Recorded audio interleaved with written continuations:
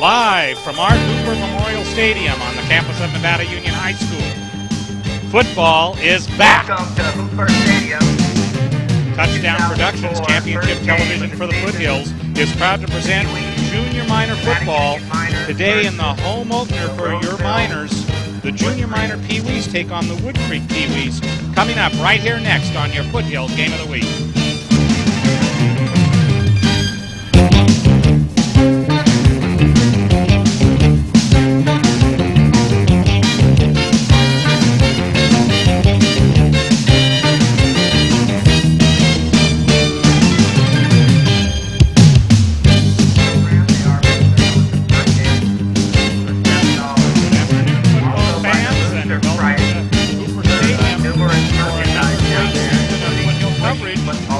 Foothill Game of the Week. I'm Jim Adams, along with our color analyst, Junior Minor Midget coach Ron Davis, our producer Gil Dominguez, and the entire Touchdown Productions sports team. Thanks for joining us tonight as we begin our 8th consecutive season producing Foothill football here in the Foothills. Ron, we've already had a couple of games in the books here today for the Junior Miners. How did the home teams play? Well, the very first game today was our Mighty Mite team. They went wall-to-wall against the powerful Woodcreek Wolverines, and they came a little short there, the first game being 31-25. They didn't seem to be able to stop each other, so it was the last man with the football. And then in our junior Pee-wee team, a real new team, they came around and they played their hearts out there, but they came up short, and Woodcreek had the best of them on that game. Okay, well, today's Pee-wee game is our first telecast of this season as the Nevada Union Junior Miners host Woodcreek here on opening day of their season, and we're looking forward to exciting football between these two teams. We'll also be giving you lots of information on our upcoming football schedule and about our Inside NU football program now in its 3rd year. So there's a lot of things to see and do today on your Foothill Game of the Week because Foothill football is back. But first, let's thank the local underwriters who continue to make the Game of the Week a reality for everyone in Nevada and Placer counties. Touchdown Productions of Nevada Union Junior Minor Football is an exclusive telecast of Touchdown Productions and is being underwritten by Liberty Motors. Owner Gary Alcombrack, along with Tom Rubino, are your local Dodge Chrysler Plymouth dealer with a selection of trucks and 4-wheel drive vehicles. Liberty Motors. Hanson Brothers Construction and HB Rentals. Hanson Brothers is a general engineering contractor specializing in residential and commercial site preparation, including earthwork, selective clearing, and fire breaks. Hanson Brothers Construction and HB Rentals. Placer Title Company. Larry Ingersoll is proud to announce the grand opening of the new Placer Title office in Lake of the Pines on Comby Road and introduce you to its manager, Tracy Willis. That's Placer Title Company. Grass Valley Glass. Family run by Shauna, Marty, and Curtis Sawin. Grass Valley Glass works with many insurance companies to provide you 1-day windshield replacement or repair. Grass Valley Glass. And by Touchdown Productions, Championship Television of the Foothills. Remember, your football is back. Be sure to tune in every week as we begin our Foothill Game of the Week featuring football on our network of stations in Auburn, Colfax, Bear River, and Grass Valley as we present the best in local high school sports. And, you know, it seems, Ron, like just yesterday, NU was playing Jesuit in the championship, and boy, here we are again. Another season starts off. It's something we've been looking forward to for about 10 months now, and all the teams have been working very hard. Here we are able to start out with the junior program, who've been working out pretty hard since the end of July. So this is the first game of about 8 to come. Well, we'll have an exciting football season here in the Foothills in Nevada County, not only with the junior minors, but also with, of course, Nevada Union's sensational football program. But before we talk a little bit about Nevada Union and the high school scene, tell us a little bit about the program, Ron, how the junior minors got started, how long it's been going, and maybe what we can expect to see today. Wow, the junior minor program has been going on for some time. I've been here in the area since '95, and it was going strong then. And then in '96, when they split with Bear River took on their own group down there in the east part of the county, or excuse me, west part of the county. It's been a very positive program. My son, Steven, has participated in the junior minors, and now he's on the varsity squad there. The Herrera brothers, I was able to coach there in 2000, and this is where they all started out, you know. Have a lot of good, positive things to say about the program.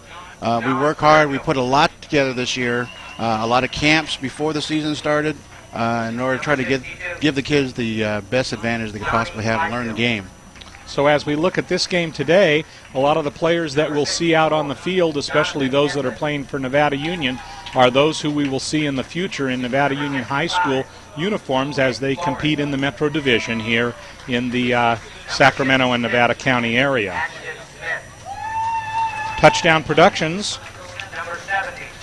presentation of Nevada Union Junior Miners football is an exclusive telecast of Touchdown Productions and is being underwritten by Tripp's Auto Body and Paint Shop. Accidents do happen. That's why the Tripp brothers, David, Todd, and Daryl, specialize in collision repair and work with your insurance company to get you back on the road quickly. Tripp's Auto Body and Paint Shop. Real Estate Center, Lake of the Pines. Broker Larry Harley represents both home buyers and sellers and can assist you with any real estate concern in the Auburn, Lake of the Pine, Alta Sierra, and Bear River area. Real Estate Center, Lake of the Pine. B&C, True Value Home and Garden Center. Contractors are always welcome at B&C True Value on the Nevada City Highway, where they specialize in bath and kitchen products, and True Value Easy Care Paints. B&C True Value Home and Garden Center. Walker Office Supplies. Walker Office Supplies has a new location on East Main Street and carries many office products and furniture for your home, office, or your home office. Walker's Office Supplies, East Main Street, Grass Valley. And by Touchdown Productions, championship television for the Foothills. Thank you for joining us tonight as we bring up the curtain on the 8th season of bringing you only the best in high school sports on our Foothill network of stations. So, opening day here today for Nevada Union. What does the schedule ahead bring? We're going to have this game here. Next week we'll be able to show you a scrimmage of Nevada Union High School against Bear River, and then the regular season will open, so it's going to be football here. And this is a great way for us to get a little bit of an introduction into the future Miners here. And the Miners today, Ron, are playing, from what I understand, a pretty well-developed program out of Woodcreek. What can you tell us about them? Well, Woodcreek has been playing for as long as I can remember in their youth program. Last year, all 4 teams made the playoffs, so a lot of experience coming back. I see them. We saw them a little bit last week. We had our jamboree there in Sierra College. We were able to go play at Sierra College last week, and each group got to scrimmage 4 different teams, and one of them that we saw was Woodcreek. It is a good program. Of course, they have a lot to pull from, and we're looking for a pretty good challenge here coming up. You know, I had an opportunity to talk with one of the assistant coaches for Woodcreek prior to the game, and I guess, you know, what can we look for there? I understand they have a very balanced offense. We're going to see more run-oriented plays, but there's going to be some misdirections. You're going to see them go wide as well as up the middle. They have a lot of schemes offensively from a running point of view, and their tailback, Jared Nunley, is an individual who they're going to rely quite a bit on. And in Deontay Jetton, who is their quarterback, he's one of a large number of returning players that they have for this particular team. In fact, you know, Ron, from what I've heard, their program actually cuts a large number of players because of the large metropolitan area where they're from. Yeah, out of that area, you have the Roseville Bobcats, as well as Woodcreek right up there on Kirby Way. Or excuse me, I believe they're out there by the flea market out in that area, out that new section out there. And then, of course, they have Oakmont, which is our old Orangeville, playing there at Oakmont High School. So you have 3 groups coming out from that area. A lot of draw. I'm talking with Rockland, actually, during last week's scrimmage. They, on the midget level, is what I was talking with them about. They had 45 to 50 kids come out to try out. and they had to cut 15. So a lot of talent was actually cut away from what they were telling me. A little bit different from the NU program, where it's just kind of been the recent years where we've been cutting players away from the team to come up with our final roster for the regular season, huh, Ron? That's correct. All of our levels have a very good draw. The Pee-wees this year had a little bit too many there, and then even the midgets, who typically always had a very low number, 17 to 20 players, have 31 players on our roster this year. So it's a very positive thing here for the junior minors program here for the future. This is our first of 3 games this afternoon. There'll be 3 different games, 3 different telecasts. This is our early afternoon game, and then we'll have a middle game and a final game. So we're going to actually have 3 different age divisions so that you can see the progression. And Ron, basically, what grades are these kids in? Well, on this level right here, they're primarily 10 and 11-year-olds, so they're in the 2nd, 3rd, and some maybe 4th graders. But for the most part, a lot of these kids have been playing since they were preschool, kindergarten. The Mites just this year did not accept 6-year-olds, but so they're starting out when they're 7 years old now.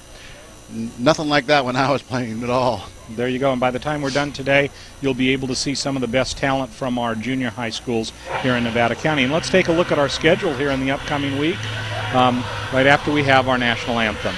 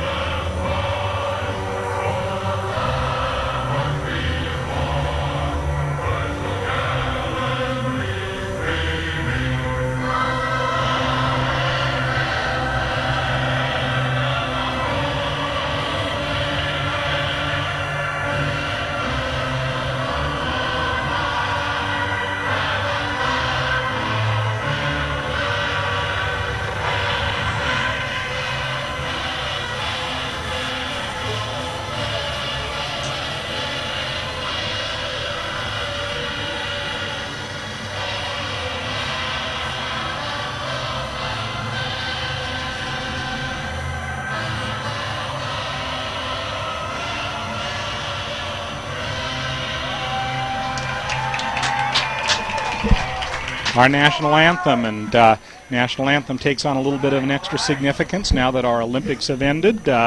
Fortunately, we heard that a good number of times. Gil, let's put that schedule back up. Football fans here in Nevada County, here's what you can expect in the coming weeks. Next week is going to be a scrimmage on the 3rd, Friday the 3rd. Nevada Union will be at Bear River for a scrimmage, and then the regular season will begin. Marty Mortensen and myself will have the pleasure of bringing you back-to-back games at Nevada Union.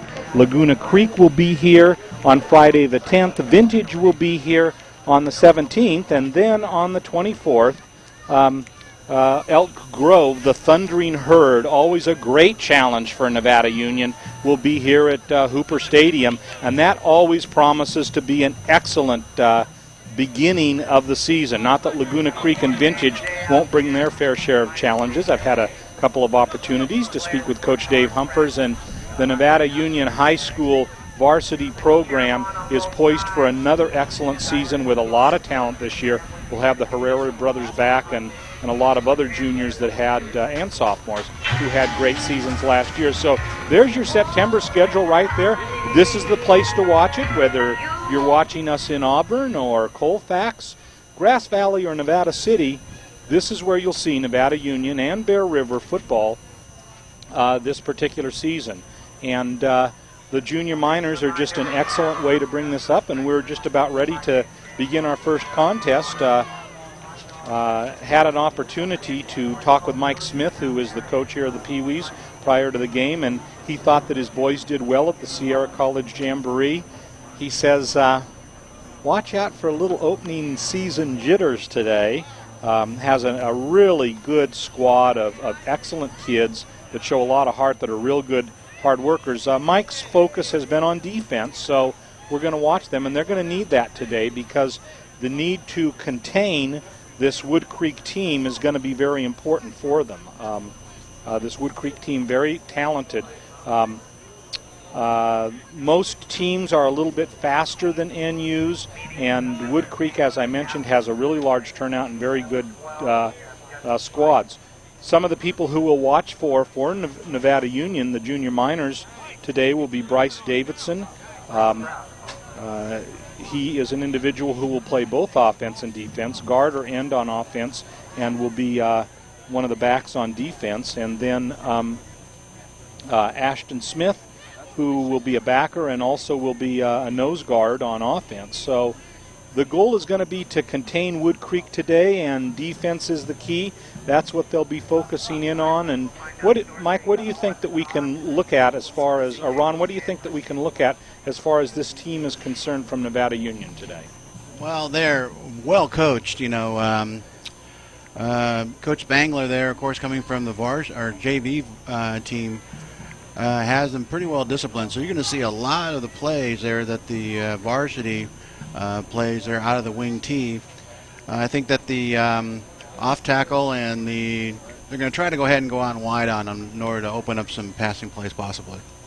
And we take a look there at the center of the field as they get the captains together. We see Brock Krause from Nevada Union being one of the captains, and Robin Callis being another one there. So 5 players there from Nevada Union who are the captains. And Nevada Union has declined, and Woodcreek will be receiving here. So Nevada Union has won the toss, and you see Bryce Davidson, who we talked about a moment ago, number 1. He will be an individual who we'll see quite a bit today. And in addition to him, you see number 86 there, and that is Jacob Rosales. Excuse me, that's number 96 is Jacob Rosales. So we're about ready to get things started here today. You know, Ron, as you take a look at this, with it being the first game of the season, are the kids a little nervous right now? Oh, absolutely. There's no question about it. They had the scrimmage last week, hopefully got away from some of the jitters, but this week it's for real. So they put a little bit too much pressure on themselves here, and after a few minutes there, those things should go away. And if they just go out there and focus on playing what they've been taught here for the last 6 weeks, I think they'll be just fine. It's kind of funny that you started mentioning some of the players that captained. You know, Zach Callis' little brother was out there as captain. Jay Rosales is also his little brother's out there, and of course both of those players are there on the varsity football team this year. In the structure of the junior program, how does Woodcreek rank among the teams that Nevada Union will be facing? Well, there again, last year, this is the first year that we'll be playing Woodcreek since if I remember right, about 1997 or 8. So it's very hard to say how they'll be ranking. Last year we played some very powerful teams, and over the last few years, playing Elk Grove and some of the other teams from the south part of Sacramento area. So this is really our first look over here. We were kind of wondering earlier, I was talking with Troy Spangler about what kind of offense they ran against us, and I said, boy, I didn't really even notice. I think they were running some kind of form of the wing tee, but here we go. Jason Hebert kicks off, goes not quite to the deep man. Up the middle comes Woodcreek. He's breaking away, number 35, Jason Stewart, and Stewart is finally hauled down at the 40-yard line.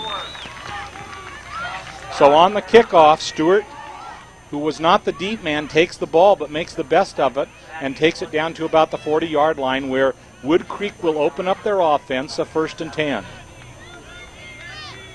There again, I think the Miners need to close down on that kickoff, and there again, I think a lot has to do with jitters and remembering all the assignments. You can imagine going in there, and if one of us were going to go play there right now, they're remembering all these plays. It's very, very tough to do. Looks like they're going out of I formation. Jared Nunley quarterbacking, takes the ball, handoff up the middle, and breaks through, gets down to about the 28-yard line on that play. Has a nice carry for Woodcreek. Good, powerful charge off by the line from Woodcreek. Linebackers might have been out of position just a little bit there. I see Troy telling them to close down on the middle, so I suspect they're going to be going wide here pretty soon. And timeout is called. Deontay Jetton the quarterback, and Nevada Union takes a timeout early. Yeah, that looks like a little bit of a problem there. Looks like they didn't have but 10 men out there. No outside linebacker, it looks like. So with that timeout there, they can come to the sidelines there and go ahead and make sure that they have the right personnel inside there. Ron, maybe this will give them a chance to regroup too a little bit. The first couple of offensive plays for Woodcreek have been running plays right up the middle, and both of them have been pretty successful.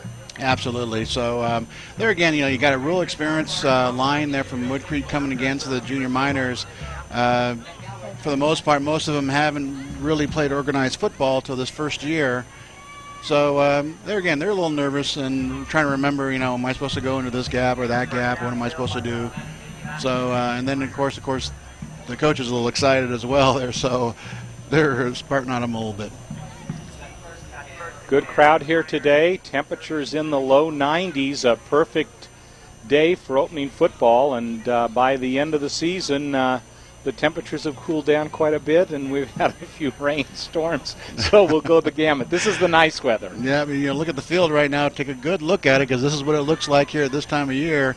If you remember last year at Grant, it was the Mud Bowl and not quite as fast. So enjoy it while we have it. So jetting back over the ball, 1st and 10 from the 30-yard line. Moves a little soon, and there will be offensive motion, and that will probably be a penalty against Woodcreek and take them back 5 yards. Looks like Troy has them in by 8 men on the line, just about. One linebacker there to shut down those gaps. Again, looks like he's preparing them for them to go wide here pretty soon. He had mentioned there earlier today, before the game there, that he'd be going to a 6-1 in order to see if that's going to be able to keep them. But we'll see if he keeps with it here. Looks like they went to 2 linebackers now. So some movement by I believe the right tackle on that play, and that brings up a 1st and 15, and the ball will be on the 35-yard line. So 1st and 15, 8:47 to play, no score. We're just underway here from Hooper Field. Woodcreek took the opening kickoff and have marched it down to the 35 where they have a 1st and 15. Jetting again over the ball. Fakes the handoff, pitches it back, right side. See if he can go around the defense, and he does. To the 20, to the 15, cuts inside, almost to the 10, and is finally gang tackled at the 10. Very good outside running by Woodcreek. Troy was kind of wondering about that earlier. Wanted to make sure there that he kept outside containment after watching with the junior peewees here today. So he may be switching back to that 6-1 defense there after going back to us. Looks like a 5-2. Number 11, Jordan Nunley on that play, took that pitch. And that was one of the things that Coach Smith was worried about, was the containment on the outside. So on that play, a 15-yard gain. In fact, I think more like a 20-yard gain. And they'll pick up play here at the 10-yard line. 1st and 10. Nunley takes it, gives it again to over to number 11, Nunley. Jetton gives it to Nunley, and he is stopped at about the 6-yard line. So a gain of 4 on that play. 2nd and goal. They cannot pick up a first down, so it is and goal. And here, let's take a look at that running play. You see, hands it off there, Ron, and to the backside. Looks like it's going to be a little Josh Cena coming up there to make the hit. Good form. Excellent breakdown there on the tackle. And here's the next play. Again gives it to Nunley. Nunley again is gang tackled, and he gets about a yard on the play. Nowhere to go on that one. Looks like that they're making some really good adjustments there to make sure that they are not able to go off tackle. So early on, Nunley is Jetton's favorite target here, as they have tried to run the ball right down NU's throat. With that said, we've got a 3rd down and goal from the 5-yard line.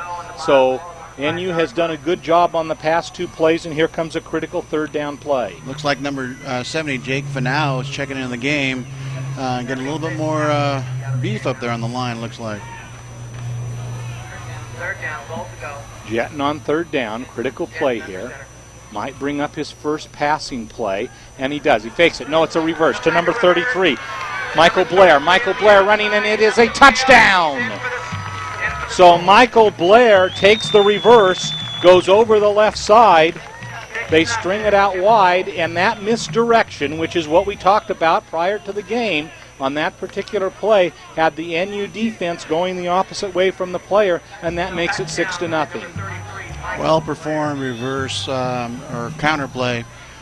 And looks like we need to be able to step down the outside linebacker, keep containment. Sometimes even the varsity players there will go with the play, with the motion of the play, and then they're taught over and over and over again to stay at home and set that bit a little bit. Woodcreek moved right down the field there, and they will here go for the two-point conversion. 6:51 to play in the first quarter. Woodcreek 6, NU nothing. Jetton takes it and pitches it back to Nunley. Nunley has a lot of field, and he will make it in for the conversion. Yeah, the rules here in the junior program there is that running the ball instead of kicking it only counts as 1 point, whereas with the high school and above, it counts as 2. Whereas here in the junior program, if you kick the ball and you make your point after touchdown field goal, it is a 2-point. Okay, well, let's take another look here. Ron, real quickly at the touchdown. Why don't you go ahead and walk us through this play? Well, it looks like there again they got all the line going to the right side of the ball, and then you can see that the halfback and the tight end over there are trying to kick out the outside linebackers, and boy, they got good field. Look at that block there by number 88, just closing them right out. Excellent play. 33. Got some speed as well. Mr. Knight? So Woodcreek will be kicking off here, and it looks like kicking off for Woodcreek will be number 57, Elijah Johnson. And back for NU is Vincent Carrillo, deep, number 44. And here's the kick, comes on back, comes opposite him, comes to number 24, Josh Cena. Cena comes on up the middle, hoping to get a block, but instead he's gang tackled at the 40-yard line. Maybe you got about 7 or 8 Wolverines right on him, and good team pursuit. Boy, we sure try to teach that in all levels there, but especially in the youth program there, it's a lot easier to make a tackle when you have 7 or 8 people there instead of just one guy. So we try to teach our players there to maintain their blocks, and like I said, it's still early. They're still a little nervous, and it is Woodcreek 7. 7-0. It's showing 8-0 Yeah, there, but that was the 1-point conversion. And so now we have our first chance to take a look at the Nevada Union offense. Brock Krause at quarterback. Hands it off, up the middle, nice gain, breaking through, and almost gets a first down. In fact, may have the first down on the play. That sweep there, they've been running since April when we had our first camp. I was talking to Troy about that they run it probably better than almost every level, that their guards are pulling and they're hitting the hole. Kind of reminds you of the upper level play, having the running back hand on the side of the guard and just riding them all the way through the hole. So we're coming back to the opposite side. Second down and short yardage. Here's the handoff over the left side. Has the first down. Number 44, Vincent Carrillo, takes it down to the 45. Nice little off-tackle play there that all levels like to play there for short yardage. And here's the handoff play. So you got the running back cutting up under. You see the guard coming through here, and you're just riding him right through there. Had to be the outside linebacker making the tackle on that, number 57. Krause again, hands the ball off, once again to Justin Fike. Fike breaks out the right side, gets to the 40, breaks on through to about the 35, and is close to another NU first down. There you go. Well, there's a fumble on the play, and it has been recovered by Woodcreek. So Justin Fike, at just about the end of that play, fumbles the ball, and it has been recovered by Woodcreek, and they will again open up on about the 36-yard line, on their own 36. Well, a little fly sweep on that, and it looks like little Justin had a little butter on his hand. Let's see what happens here. Hard to see it there. In fact, Ron, I didn't even know it was loose at the time until I saw the referee signal. Yeah, I kind of saw the other team over there celebrating a little bit. So, Wolverine ball. So Jetton again takes his offense onto the field from the 36. Takes it. Comes back to pass. And it looks like it'll be a fake, and here he comes around the right side to the 45, to the 50. Number 24 drags him down. So nice play by Josh Cena to take him down. However, that is about a 20-yard gain on the play, about a 19-yard gain, and it takes it down to the 46-yard line of Nevada Union on that first down play by Jetton. We were talking about this earlier, that all levels are going to be watching for that outside sweep and that quarterback keep. Again, he's trying to find the open man there, decides to tuck it underneath there. Good form on the tackle there by Mr. Cena. So a real diverse offense we've seen by Woodcreek early on here.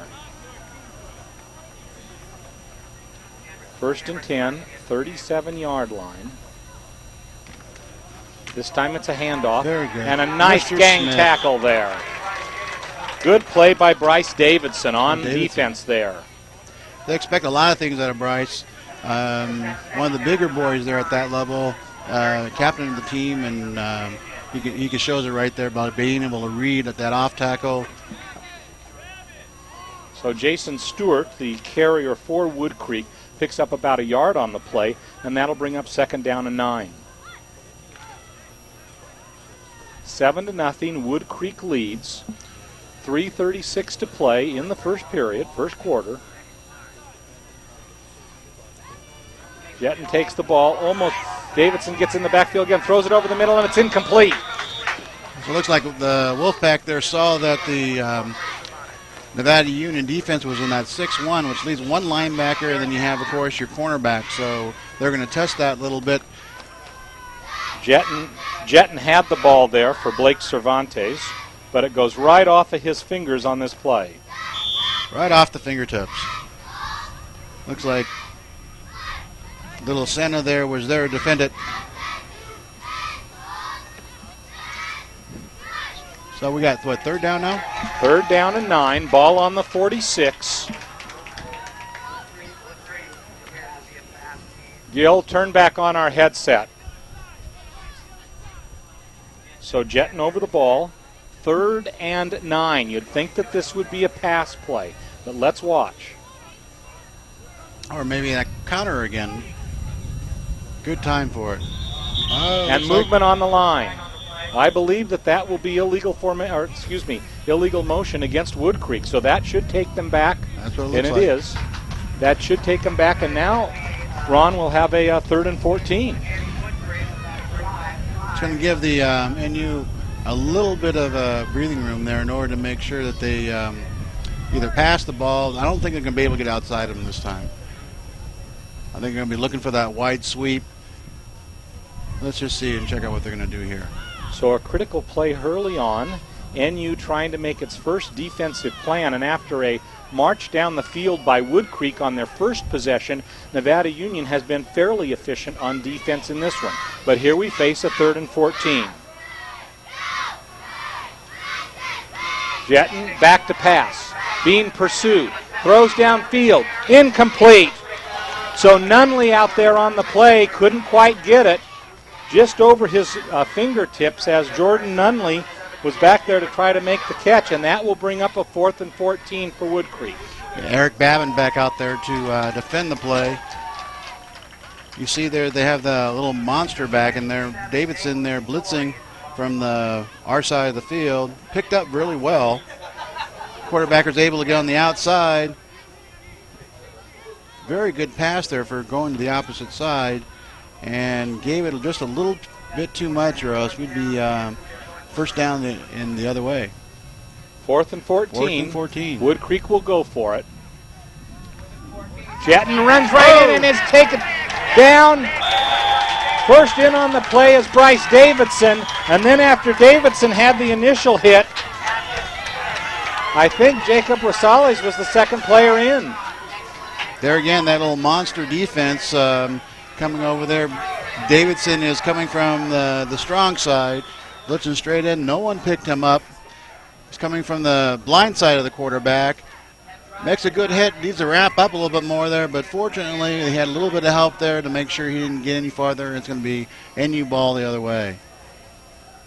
A little bright side of that. So they've made some pretty good adjustments. I think that... and that was a critical play there because it looked like he'd gotten away from Davidson initially. Correct. So the teamwork there really helped out, so NU gets to take over the ball after holding on defense. At the 45-yard line of Woodcreek. Back to pass. Looks. Throws long downfield. Out in front. And it's a completion to number 42, David Westfall. Stayed with the pass, a little fake off tackle onto the weak side, brought up the linebackers just a little bit there, just enough to float the ball right into the receiver there. I said David Westfall, but it was Justin Fike on that reception. And so NU picks up a first down and is down at the 30-yard line, and they've shown a good ability to move the ball. Brock Krause, after a failed first possession on a fumble, is back over the ball again. Comes back to pass. Instead, hands it off to Robin Callis, and Callis makes it a little bit over on the right side there. Really no gain on the play. In fact, maybe a 1-yard loss. And let's take another look at that pass a moment ago, Ron. Boy, he just gave everything he could to get the ball up in the air. Little Justin Fike there just staying with the ball. Good eyes on it right before out of bounds there. Makes the catch and then walks on out of bounds. Reminds me of old Joel Fike, his older brother, who played for us, the midgets. Maybe he picked up a few lessons from him somewhere along the line. Might have. He was a very good receiver. Brock Krause, hands off, sweep on the left side. And a good play there. Number 3, Eric Babin. So Babin takes the ball down to about the 27-yard line. That will bring up about a 3rd down and 6. A minute 45 to play. First quarter here from Hooper Stadium. Opening day of the Junior Miners football season. Nevada Union against Woodcreek trailing 7-0.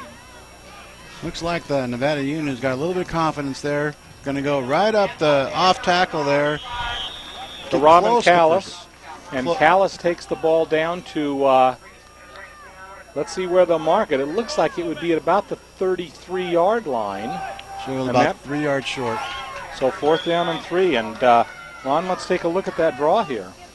Oh, actually, it's off tackle there. It's one of the basic plays from the Miners. And that's a down block by the lineman, and they kick out the end there to run right underneath them. So back to live action, like but NU calls a timeout.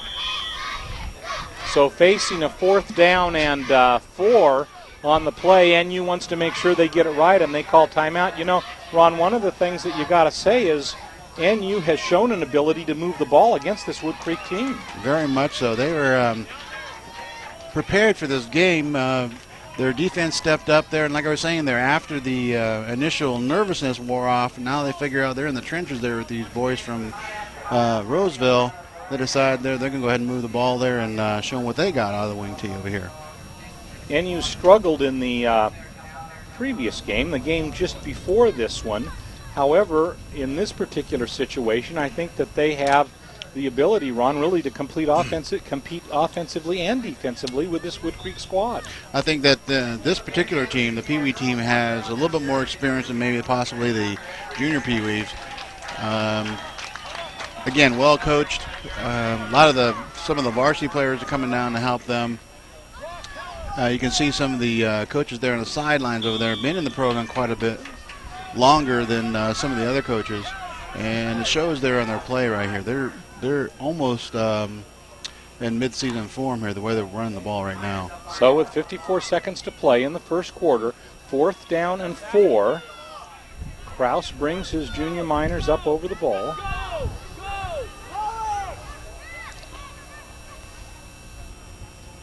Takes it, flags on the play, gives it on off to number 35, Robin Callis. Callis dives for the first down, but I don't think he quite made it. But with that said, there's 4 flags all over the field. Yeah, it looks like there was movement or illegal formation, too many people on the line. And then there might have been a little holding on that because they're going the to the weak side of the formation. Illegal formation. That's actually... And holding. Holding is declined. Both plays are declined. And he obviously did not make the first down, so they will turn the ball on over to Woodcreek. So Woodcreek will take over there on downs, 7-0 here with 48 seconds to play in the first quarter. Nevada Union trailing 7-0 against Woodcreek. Well, I think the defense is going to be the mainstay of this game here. The offense, they're still finding themselves, but both offenses seem to be moving the ball pretty well.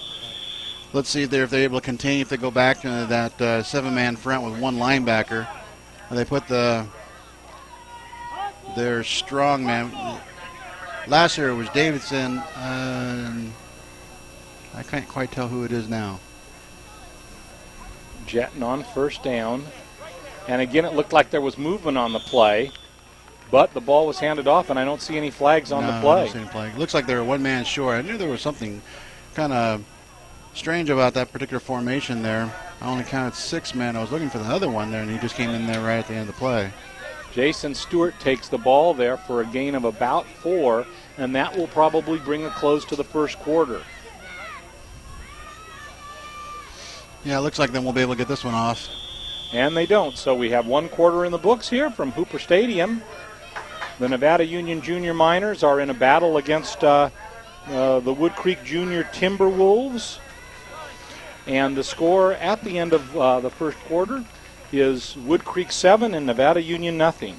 Well, we're seeing a different type of football game here with the first game. The Mighty Mites didn't seem to be able to hold anybody, and neither could the either team. And then, of course, the junior peewees there struggling a little bit there, and the more experienced Wolverines were able to march on down the field. And here we got a little bit more defensive game.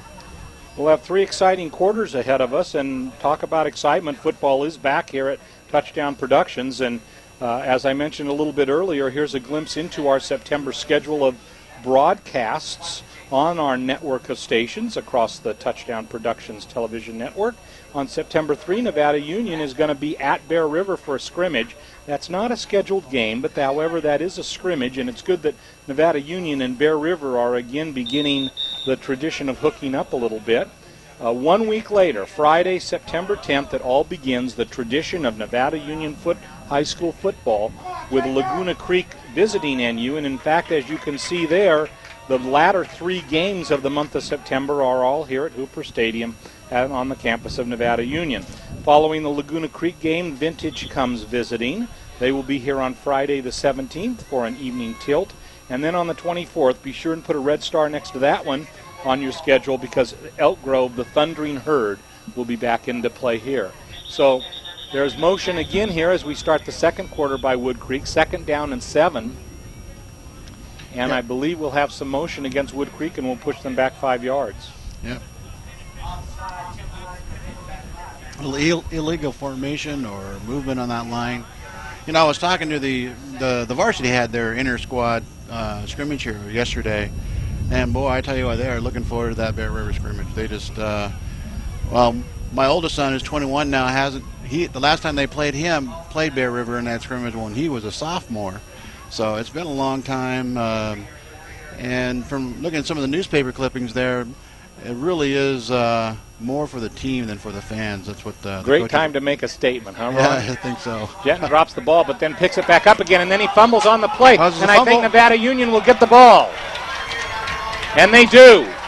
So they are in business on Woodcreek's 20-yard line on somewhat of a broken play. When it was snapped to Jetton, it came to the ground. Jetton picked it up and ran to the right and was stripped of the ball, and Nevada Union now gets possession. And I think right here, Old Troy should give the ball to little Justin Fike there to go ahead and drive that ball in and make up for his little miscue there in the first quarter. Got their hand on the ball and stripped it right out. We work on that continuously in camps before the season, all the way up to the varsity. It's something that we really work on, make sure we get our hands on the ball from the running back. So if he doesn't have it tucked away, the ball's going to come out. Vincent Carrillo in the backfield, and number 42, Justin Fike, does take the ball, and he is gang tackled, but not until he gets to about the 15-yard line. Boy, I wonder if Troy heard me from up here. He was reading your mind. I think Brilliant so. minds work together, Ron. Yeah, a little, again, our sweep play. So it looks like somebody's a little shaken up getting off the ground over there. And we got a timeout coming out there. Looks like number 38. Or is that Mr. Callis? Yeah, it was an official's timeout there as... That's in the 90 number. Number 99, it looks like. Number 99, Tyler Ballesteri. I'm glad you're saying that. And that nice 5-yard gain there by Fike on that play, and that'll bring up a 2nd down and 5. And, you know, this is maybe the break that Nevada Union's looking for because the first quarter is over, Ron. The jitters should be gone, and if they can, on this drive, even the score on that turnover, you know, it's an even game. It's an even game. It also kind of sends a message over to the Wolverines there that NU is here to play the ball. So hands off and a fumble on the play, but he picks it on up again. Number 3, Eric Babin, and there will be a loss on the play of about 5 yards. So that should probably bring up about a 3rd down and 10 at the 20. So tough play there, Ron. Yeah, it's. I'm glad Eric was able to get on the ball, bring back keep the possession with NU because they really have the momentum right now. They really need to get some points off of this particular possession. 8:10 to go in the second quarter. Krause, handoff over the middle. Sutter steps, nice play, and gets back the yardage that they lost down to about the 15-yard line. Again, and part of that sweep series, they're coming up. Looks like they're going to bring in some substitutions there from Woodcreek. Justin Fike again on that carry. Looks like Fike is one of Krause's favorite targets. I think so. He's great speed, just good movement, able to cut on a dime. So 4th and 5, critical play here for NU. They need a good 5 yards on this play. Does the fake, hands it off. A lot of room for number 10, and I don't think he quite made it. So Jeremey Gonzalez on that play. Let's see how it sizes up. Well, it looks like he had to get to the 10-yard, if not just a hair more. And I think he's a little bit short. But let's take a look. We may have a measurement in this situation. That's real close. They're going to measure. I was looking at where it is now, and it's just on this side of the 10. It's going to be real close. Gonzalez on that play with a nice carry. It would have been nicer if he'd gotten a few more inches. Just a little let's taller. Let's take a look here. This one is going to be a close one for Nevada Union. That was a 4th down and 5 play, so it's important that they get a first down here.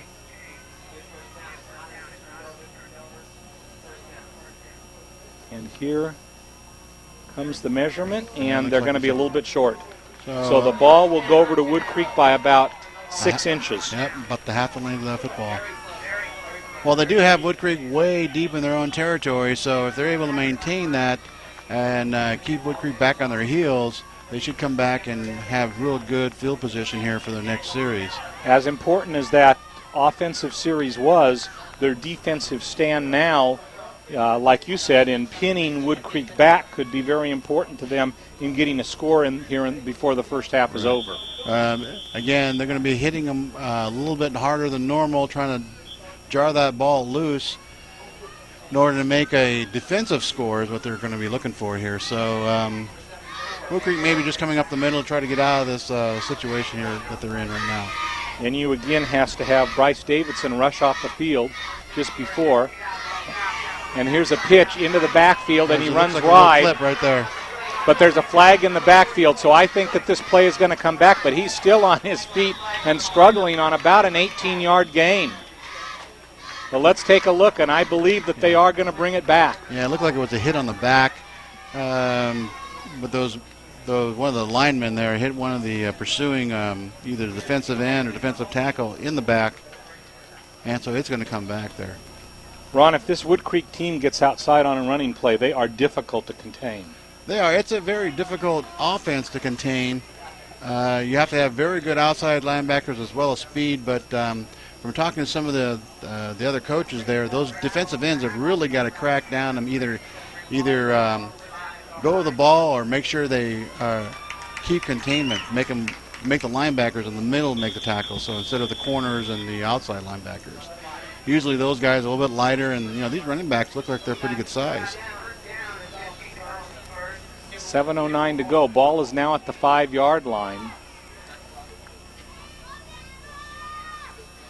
First down and now 15, half of the length. And here they come wide again, see if they can contain this, and they do. Nice play by Nevada Union. Gain of 5, but I think that they were able to keep within their game plan. They're keeping them with short distances. Now they have 2 plays, and I'm pretty sure they're not going to go ahead, and Woodcreek's not going to risk going on 4th down way deep in their own territory. So if they're able to maintain this, they should keep them in a pretty good field position, and with 6 minutes and so remaining on the clock, give them a chance to score before halftime. Nice tackle there by, I believe it was Dawson Gopal. 6:26 to play, second quarter, NU trailing 7-0.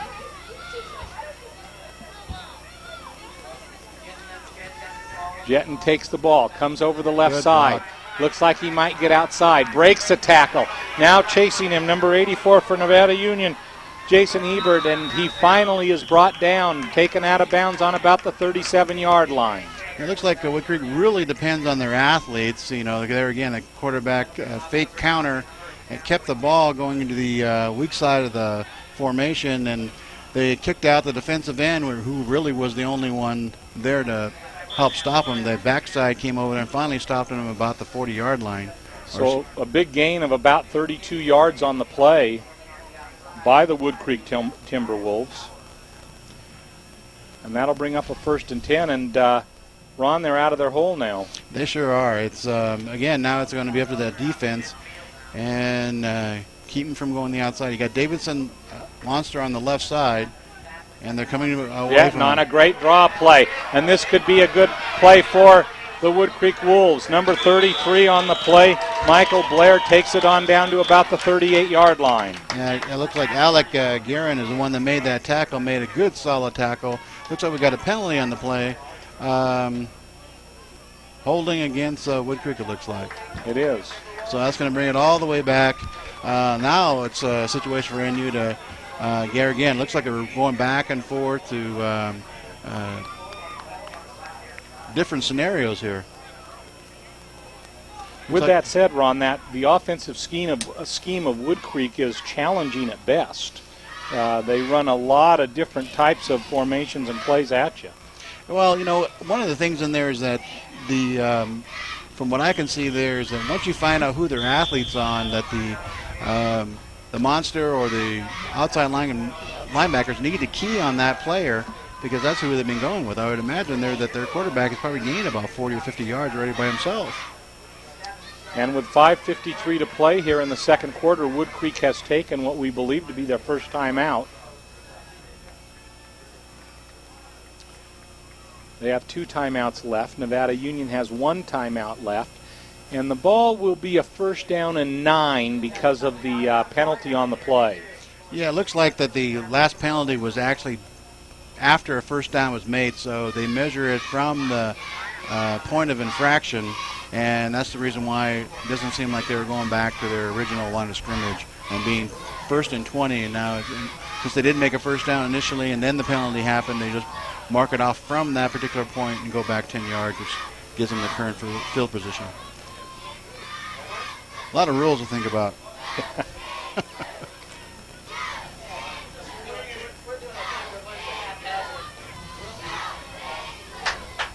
Here we got our cheerleaders over there. Just boy, I tell you what, they're a faithful bunch of girls, and out in that heat. Going to have a chance to see them perform a little bit at halftime.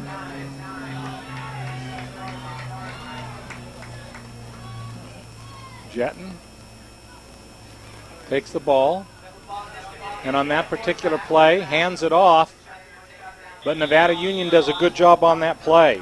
Looks like they're crashing on the ends that time and weren't able to get outside, and a little miscue there by the quarterback on the handoff. Looks like he might have turned the wrong way. Substitutions going in and out. Looks like they're trying to get their other players a chance to play. Michael Blair on the carry on that particular play. Really no gain on the play, so it'll be 2nd down and 9. Clock continues to run with 5:14 to go in the 2nd quarter.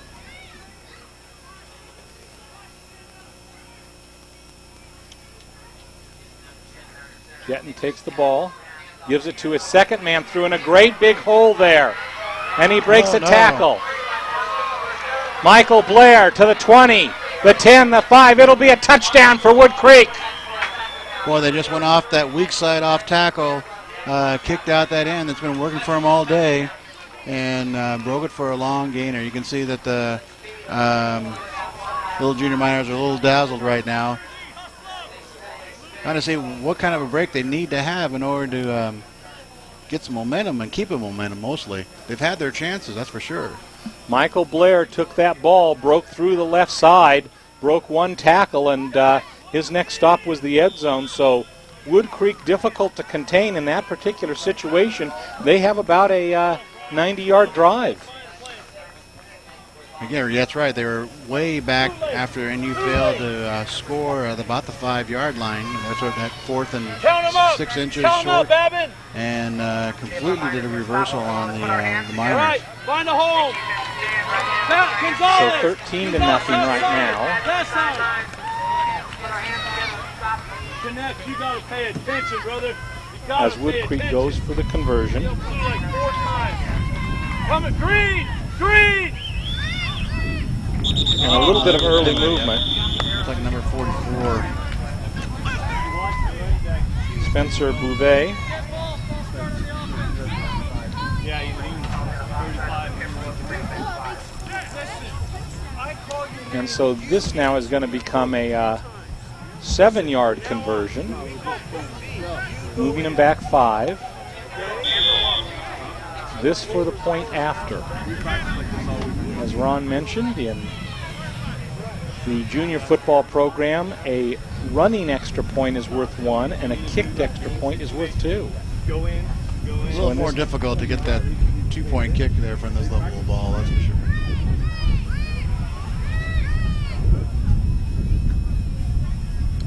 So Jetton takes the ball, fakes, rolls to his right, being pursued, turns the corner, but is smashed out of bounds by 4 Nevada Union players. Hey, that's what I want to see. So the conversion fails. Well, that penalty sure did hurt them.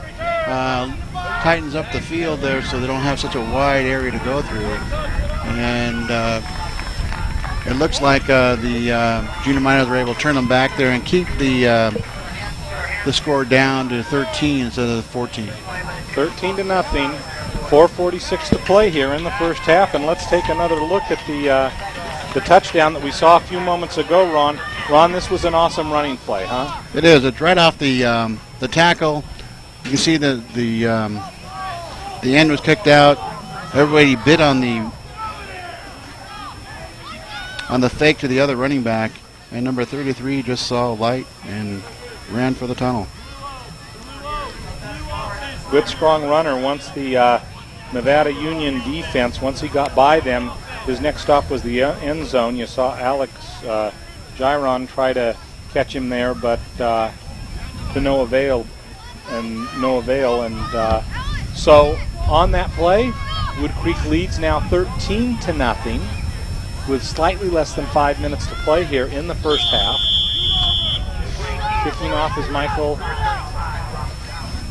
Blair, it looks like, and it comes right to Nevada Union. In fact, it's not even to the back man. Number 42 on the play is Justin Fike, and Fike takes it to about the 47-yard line. So here we go again. Now NU needs to go back there and answer back on this particular series. March the ball down there. They're going to get the ball in the second half, so they can really put themselves in position there to really take advantage of this particular field of position there and keep the ball away from Woodcreek. I think that's the main thing they need to do here is just keep the ball away from them.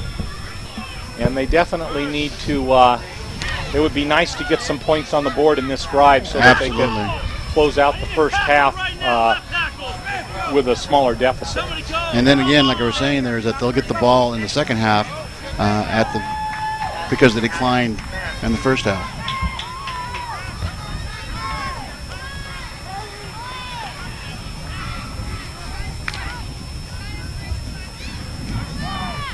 Isaac Cuellar at center. Brock Krause hands the ball off to Jeremey Gonzalez, and Gonzalez on a good gain, breaks away, breaks a couple of tackles. A flag comes in on the play, and it might have been a late clip. So Gonzalez takes the ball to about the 43-yard line. However, there's a flag at the 44.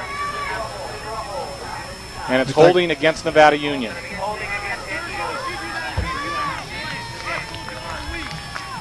So it looks like it'll be about a 1st and 10 again by the time they mark off this penalty. And that's really too bad, Ron, because that was a nice running play there by Gonzalez. Run, yeah.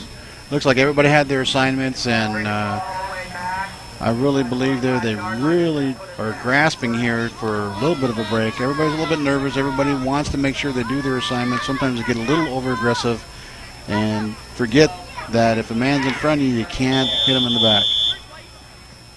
1st and 11 now, and the clock should be running with 3:58 to play here. Yeah, the referees are over there trying to get the clock to run. And the ball is handed off to Eric Babin. Babin takes the ball and on a nice gain takes it to about the 48-yard line. Same play to the other direction. And they are really going to, it looks like they're trying to set something up here with them running both sweeps to both sides now. Maybe we can look for them to go either in a counter or right up the middle there with some of our trap plays. Second, a little bit less than 5 on the play. At about the 48-yard line of Woodcreek. Hands it on off to number 24, Josh Cena. And Cena goes through a big hole and gets to about the 42-yard line where it should be enough for a 1st down. Looks like Troy is just running the same sweeps until they're able to be stopped, and they're having a lot of success there with that sweep series. Ron, they're showing more success on this series running than they have some of the ones in the past. Yes, and a lot of times there's personnel changes there. Of course, you have 35 players. You got to get them all on the field there, and they're coming right back to the same play again. And he's going down to the outside. Here's Cena going around the left side.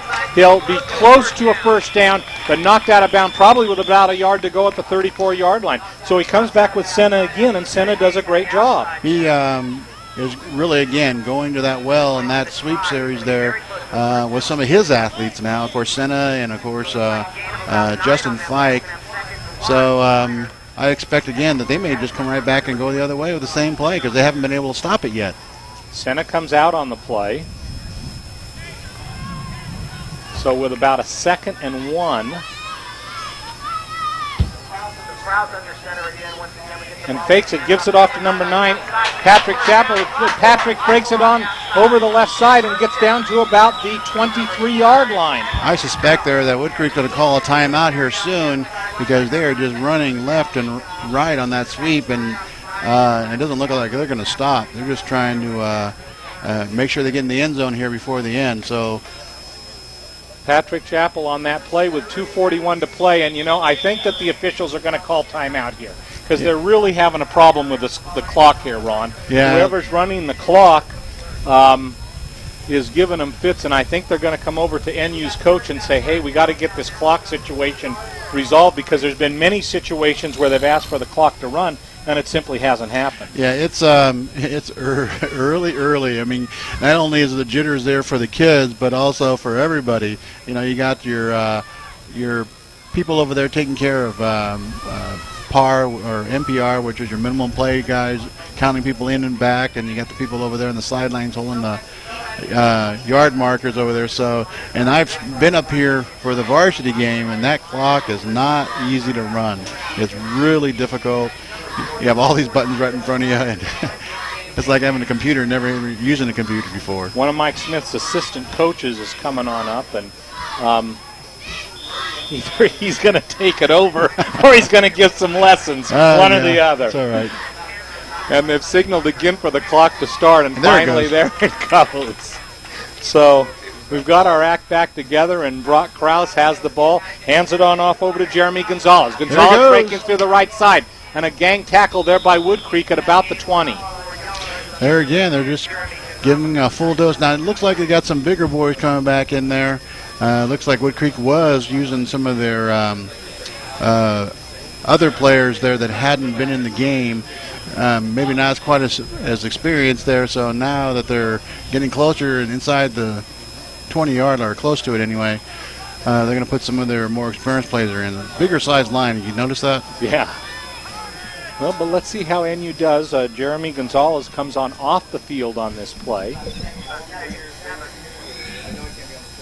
And he takes it, hands it off to number 24, breaks on through, and finally tackled at about the 8-yard line. So Josh Cena on that play breaks it on over left tackle, gets a first down on the play, and takes the ball down to inside the 10-yard line. Now the clock does stop there on a first down, so it helps them a little bit. They're trying to rush in that play. You see they're going right to the line of scrimmage, because as soon as they put that yard marker down, the clock starts, which it did. A first and goal on the play here for Nevada Union. Handoff, breaks a tackle. Nice play on there by number 30, Cody Birch. There again, they're having to watch that clock down to about a minute 16. NU is, boy, it kind of reminds you of the Grant game last year, just going and going and going there. So maybe they need one of those plays like that at the end of the first half. Well, for those of you who don't remember, there was a huge dose of minor magic at the end of the Grant game that allowed them to win the game. But here we are, handoff up the middle, but before the play can materialize, there's some flags on the play, and you'd have to think that probably this is some motion or some type of an offensive penalty against Nevada Union. That's okay. They need to go ahead and settle down just a little bit there. Looked like an illegal motion. Cost them 5 yards, which is not too bad. Better than, of course, than a hold or a fumble. So when you're rushing like that, you have to make sure that you actually have to have a script for this kind of situation. Troy knows that. He has it in his clipboard over there, when you're under 2 minutes and what plays you're going to be running. That's why they're able to get the ball so quickly. A little bit less than 57 seconds to play. Nevada Union badly in need of a score here to close out the first half. Krause takes the ball, hands on off to Josh Cena. Cena goes over the left side, can get about back down to the 8, and I believe that Nevada Union has used their last timeout. Yeah, there again. Looked like they had an extra man on the left side. Overloaded that side there in order to get more blockers, and Woodcreek was able to overcome that pretty good. That was a good read on the linebackers. He's the one that actually made that particular stop. So Nevada Union uses their last timeout, and I think, Ron, you made a really good point. Woodcreek brought in some different defensive players, and it has been a little bit more difficult, and I think here's an example of it on this play. Exactly. It's looks at the one of the linemen, number 72, looks like he's the one that actually made that stop. So he came from his defensive tackle spot and came over there and stopped that play, Gregory Clark. Maybe there's a method to our madness here in that when the clock didn't run, we've still got 50-some seconds to work with. Oh, well, we hate to call that minor magic, but in the Olympics, they'd ask for the gold medal back, wouldn't they? Yeah, they sure would, huh?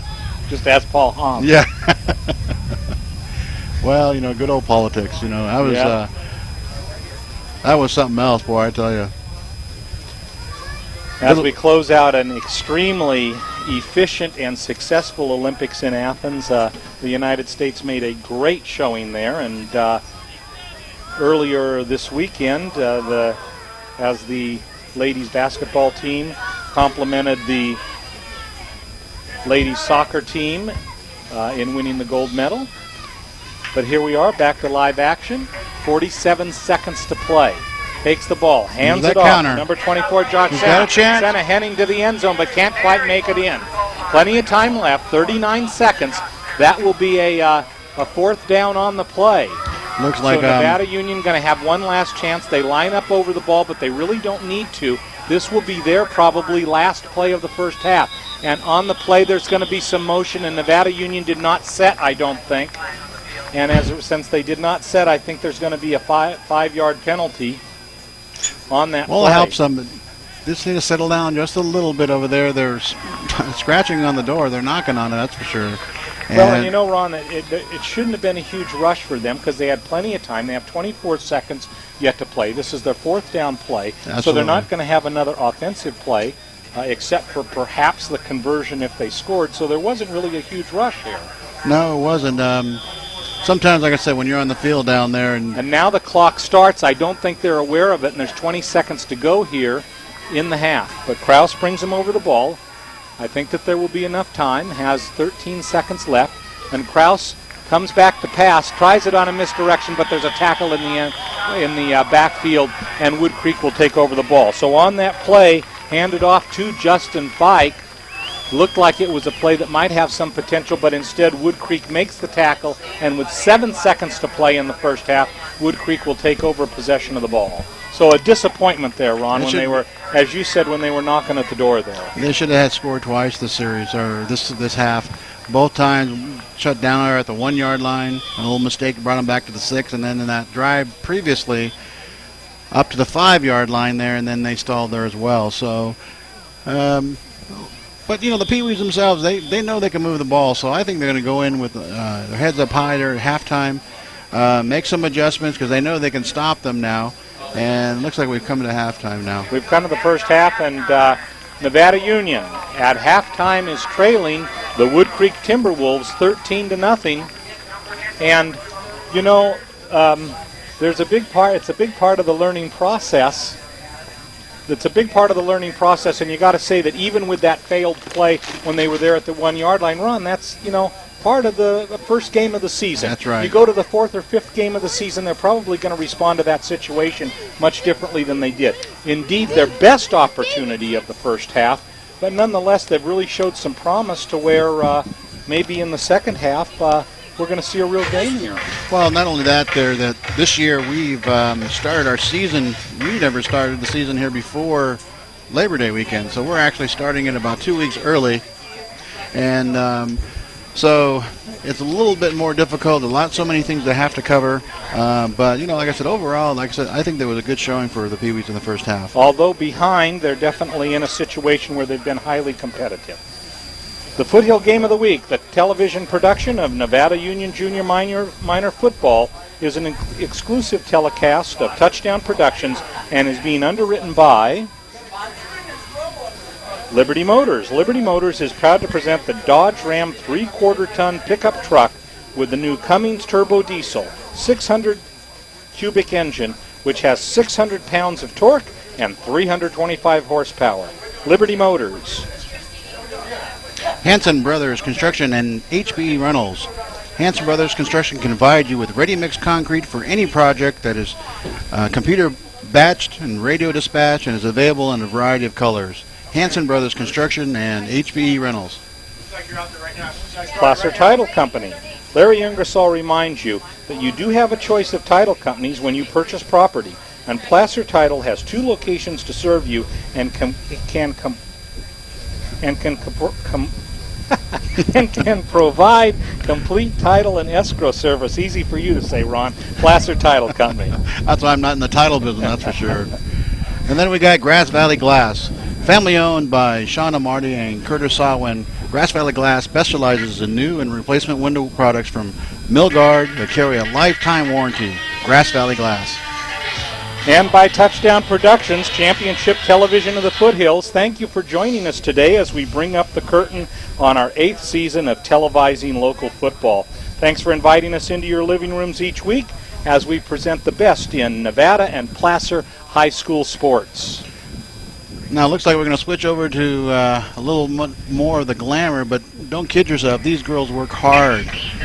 We had a little showing of our midget squad there for us, a little preview, and these girls work very hard. You just take a look of how flexible they are. Michelle. And performing first out there, is this the Nevada Union squad? No, this is the Woodcreek Wolfpack, their Pee-wee squad. And looks like they're doing some introduction to everybody of all the squads. And while they're doing that, television production of Nevada Union Junior Minor Football is an exclusive telecast of Touchdown Productions and is being underwritten by Tripp's Auto Body and Paint Shop. The Tripp brothers have been your neighbors for many years, specializing in collision repair and custom painting while working with most insurance companies. Tripp's Auto Body and Paint Shop. Real Estate Center, Lake of the Pines. Owner-broker Larry Harley specializes in Auburn, Lake of the Pines, and Alta Sierra properties, and loves to support Coach Savoy this year's Bear River Bruin football team. Real Estate Center, Lake of the Pines. B&C True Value and Garden Center. The Fowler family has been serving you for over 64 years from the Fowler Center and is proud to assist both homeowners and contractors with True Value Easy Care products. B&C True Value Home and Garden Center. Walker Office Supplies. Walker Office Supplies knows your business and they know your name, and the Anderson family loves to support youth activities in Bear River. Walker's Office Supplies, East Main Street, Grass Valley. And of course by Touchdown Productions, Championship Television of the Foothills. Remember, our football program is back. Be sure to tune in every week throughout the football season on our Foothill network of stations in Auburn, Colfax, Bear River, and Grass Valley as we present the best in local high school sports. And once NU gets underway in Grass Valley and Nevada City, tune into Channel 11 for our Wednesday weekly live show on NU football. So thank you for joining us. We're really glad to have you, and for inviting us into your households as you take a look at this prelude of the NU season, and as you take a look at some of the NU superstars of the future. Ron, let's. What do you think NU has to do in the second half to come back in this game? Well, I think they got to focus on what they did right, first of all. That sweep play is working really well for them. And a lot of those plays that did stop that Woodcreek offense, maybe key on some of their athletes that they've been relying on heavily. Number 33 boy, I tell you what, he's a speed burner.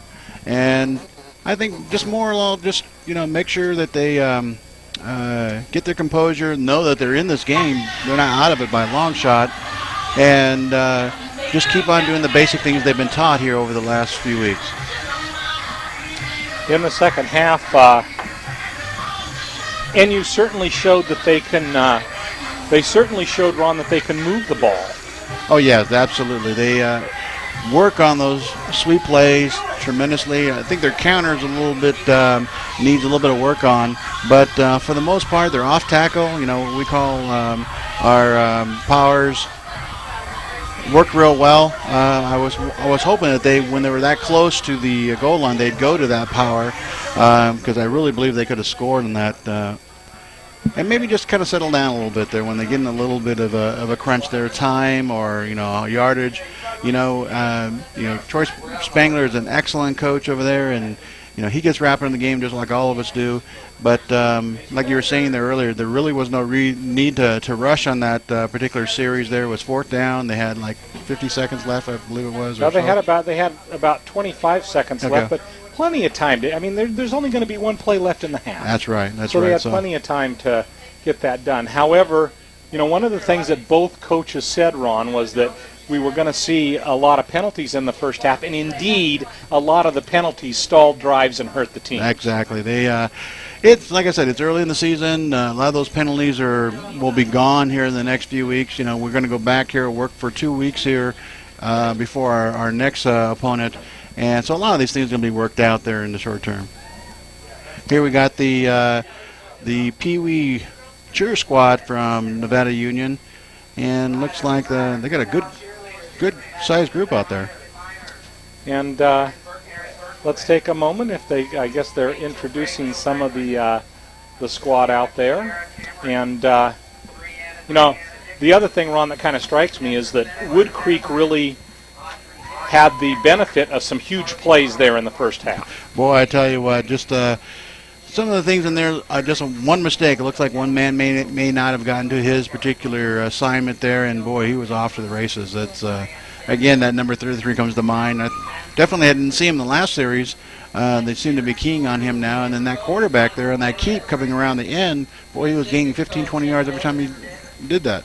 Okay, so NU gets the ball to start the second half. So that could be an opportunity for them to take the ball and to begin making the statement that they did as they ended the first half. It's a shame they couldn't have converted on that last drive, because that would have meant that the first possession of the second half could have been the tying possession. Absolutely. It is a hard lesson to learn there. When you get inside the 20-yard line, or what we call the red zone, you hear about it all the way up to the NFL, and they even keep statistics on that, on getting in the red zone, and right now they're still struggling there. It'll come around. And let's take a moment and enjoy the routine of our Nevada Union Lady Miners cheerleaders.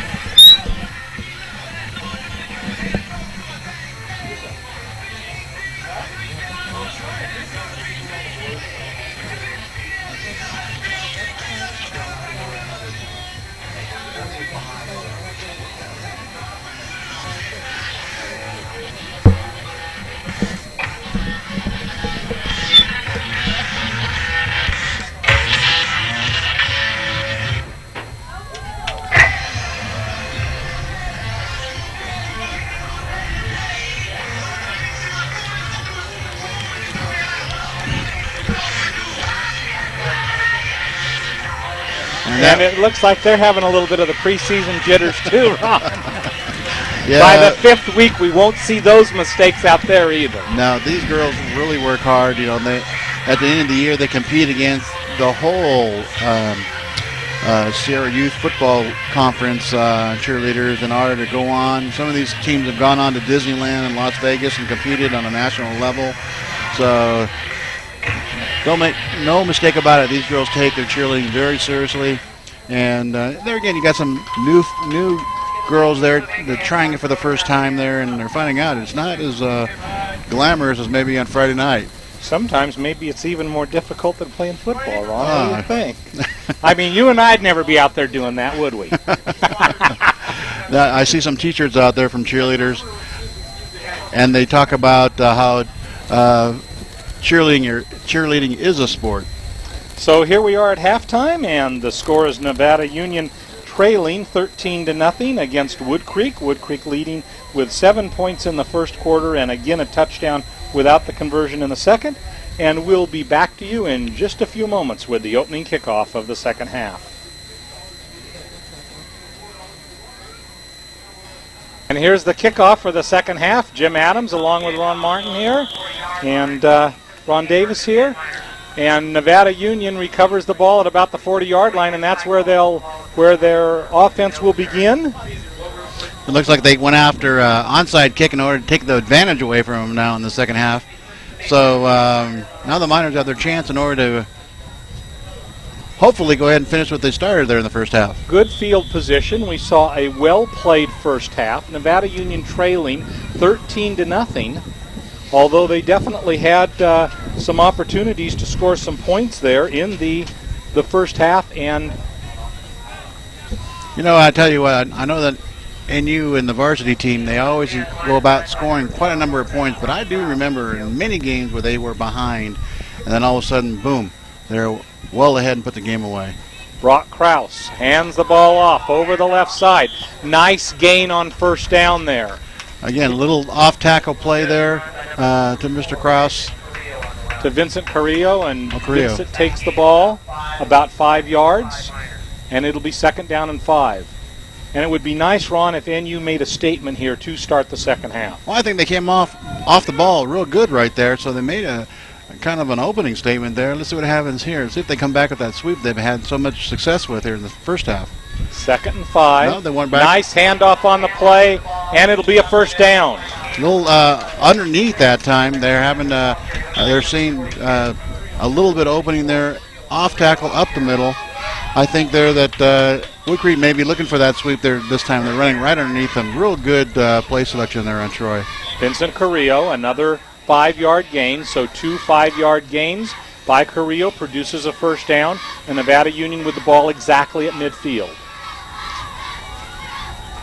Brock Krause hands it off, and about a 4-yard gain there to Robin Callis. If you notice that Woodcreek brought the outside linebacker out to where that sweep would normally be, and they're just running right underneath it. Troy must have saw something from the his scout upstairs in order to make some adjustments here coming. And it looks like we have a officials timeout. As Michael Blair needs a little bit of work there. It looks like he is injured, and one of the officials is taking him off the field. An officials timeout here. Nevada Union having gained another play of almost 5 yards, but we'll call it 2nd down and 6. And it would be nice to have a good opening drive. Krause again over the ball. Takes it. Hands it off. Sweep. Number 42, Justin Fike. Fike tries to break it out the outside. He has a first down and more. Gives a strong arm to one at 30, the 20, about the 27-yard line. So a great run there by Justin Fike. Well executed. Our sweep series again, you know, they had to come inside there because they're gaining 5 and 6 yards every time they ran under tackle.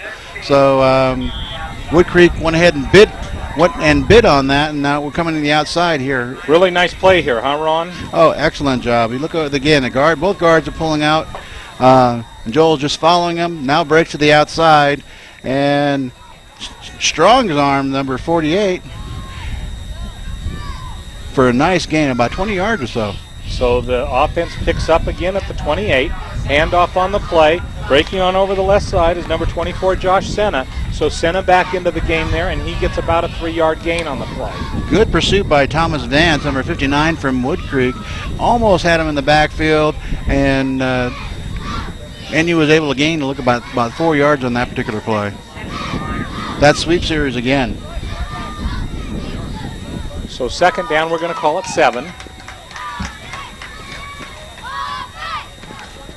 From exactly the 25, from Woodcreek's 25. Nevada Union's first possession of the second half. And hands this one off to number 35, Robin Callis, and Callis takes it down to about the 20-yard line. Okay. Yeah, it looks Callis like will end up about a yard short of the first down, so a nice gain on that particular play. They came right back underneath the ends there. Like the very first 2 plays over, they're getting 5 or 6 yards. Looks like they did the same thing. And you know, if they can continue to run this penalty-free like this, Ron, maybe I shouldn't have spoken so quickly, and continue to run the ball the way that they are, this would be a great opening drive of the second half. But we've still got about 20 yards to go. A little counter here. Counter play here. Nice run up the middle. And number 24, Josh Cena, 2 carries in a row, and he takes the ball down to about the 10-yard line. Looks like they made that adjustment on that counter. Wasn't working too well in the first half there, and then looks like they were able to adjust their line, and it worked really well for them. Here we're going to see this coming up here again, there again. Faking to the opposite side. Mr. Santa coming underneath, and look at that hole there for him to run through there. What an excellent job at this level of football. Brock Krause takes the ball. Another handoff over the left side there, but not much there for Josh Sena. Josh taking his 3rd carry in a row, and that time he will be tackled for no gain on the play. Yeah, Tyler Adams got him from the backside behind him, actually ran behind him and caused the tackle. So they're starting to creep in there. I really suspect that they're seeing that there on the sidelines there, and they're going to come back there, because if they're over pursuing like that, it really opens up for something wide on the other side. Justin Fike checks in on the play. And it looks like the Woodcreek has went to a 6-man front. Right up the middle. Gives it on up the middle, and that could be, and it is! Touchdown, Nevada Union! Robin Callis on a 2nd and goal from the 10 takes the ball the distance. Came up with one of our little trap plays right up the middle. Well set up by Troy. And that'll make it 13-6. Nevada Union going for, and it looks like they're going to kick the conversion in this case. And someone has called timeout. Let's take a look. I guess they're just trying to stop the clock. Clock continued to run after the touchdown was scored. And so I think, Ron, in this situation, I think they're going to try to kick the extra point. Well, you know, I mean, they got to go for as many points as they can. You know, if they miss it, they're still only 7 points down, which are able to tie it there should they score again. Here, at least, a touchdown would put them ahead without the conversion to set them up to put themselves on the field. Bryce Davidson in for the extra 2 points in this situation. A kicked extra point is worth 2 points in the junior division. The ball is spotted. Flag is down, and it is squibbed off to the right-hand side. So Bryce did not get a real good kick at that one. And let's see, there were flags on the play. And there was motion, but is that a dead ball foul? It looks like they're saying no conversion. So it is no good. But the lead is almost cut in half, 13-6, 5:07 to play here in the second quarter. So here we're going to see our little trap play coming up. Again, right up the middle, you see the guard kicking out the defensive tackle, and there is nobody there. Even the safety is coming over there. Again, picked up backside blocking. Boy, I tell you what, Coach Humphers would be really proud of that play. He got that defensive or that offensive tackle coming over and taking out the safety. Picture perfect. And now the defense for Nevada Union really needs to step up, Ron, because if they could get a stop on this particular series, that would make it very interesting. It sure, well, right now they're going to come out hitting hard. I can see that they're already charged up there on the sidelines. They can see how they can take this game right away from the Wolverines. And the Wolverines over there, you know, they're no slouch either. They know that they got to go and drive the ball here. So this is going to be an interesting series of plays here coming up for both NU and Woodcreek. Back to receive is Jordan Nunley and Adam Husarek for Woodcreek. And you'd have to think that Bryce Davidson is probably going to kick it off in this situation. Number 1 for Nevada Union. And Bryce lines up. Would be nice if he could kick it deep in this situation and get it over the second line of players. So here comes Davidson. And he kicks it to the left. It may go out of bounds. No, it's live ball. It's a live ball. I think Nevada Union got it. I think they recovered it, and I think that the officials are going to call it that way too. There was no flag on the play, so Ron, the ball did not go out of bounds, but they're saying that he tapped it out of bounds, so Woodcreek will get possession. Boy, that was really close. So the ball did not roll out of bounds, but what they're ruling is that the Nevada Union player hit it out of bounds. And Ron, I want to take another look at that. Well, I tell you, right off there, normally that will just jump right out of bounds there, but it looks like it just hung up right up in the air. You see, it's just taking a few bounces, and you're going to see the player coming right into the screen, right about. Oh, actually, it looks like the Woodcreek player knocked it out. Yeah, the Woodcreek player touched it first and knocked it out. Good response for that Woodcreek team. It looks like they got some of the smaller guys in there again for Woodcreek. Doesn't look like it's their starting men. Jetting in on at quarterback. Handoff up the middle. Try to tackle him. Nice play there. Almost a first down there for Woodcreek on that play. And Ron, the tackling wasn't very good in that situation. No, they're looking for that wide sweep there, so it made it so that the middle plays there are working really effective for Woodcreek. Jordan Nunley on that carry takes the ball 9 yards, and it'll be a 2nd down and 1 for Woodcreek. Remember, they have one less linebacker out there to help up the middle, so they're really putting into the line there to stop this and to stop the outside. As you can see there that it's a 7 man in the box.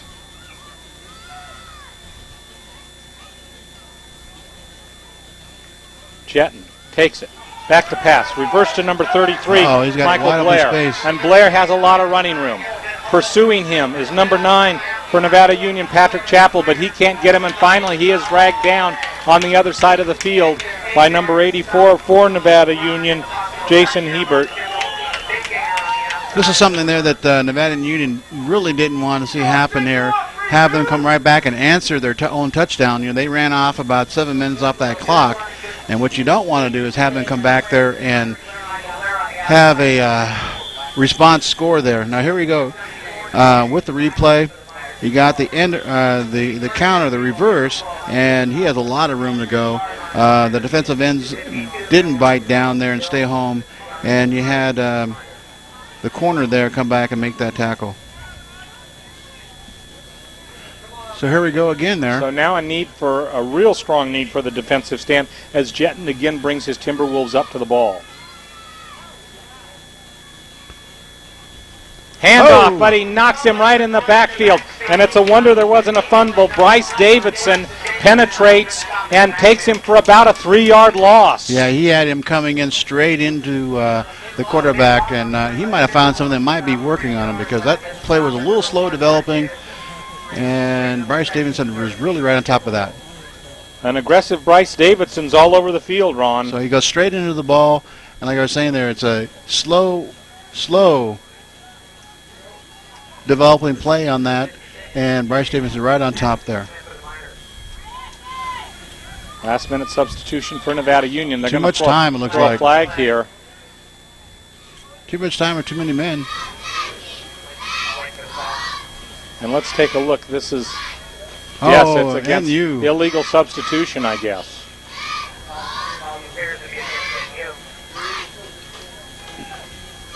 And that really hurts because that takes it from a 2nd and 14 to a 2nd and 9. No, it looks like there were just too many men on the field. How that happened there in between, somebody went in and somebody didn't come out. So that's what happened in that particular play. So we still got 2nd and long, though. Handoff up the middle. Lots of running room. Number 11 heading towards, and it looks like that might have been a face mask, but no, it isn't. And they tackle him down at about the 10-yard line, and a Miner is hurt on the field. So number 11, Gordon Nunley, on that particular play, makes a great gain down to about the 10-yard line where it will be 1st and goal. But an NU player is out on the field and is not moving.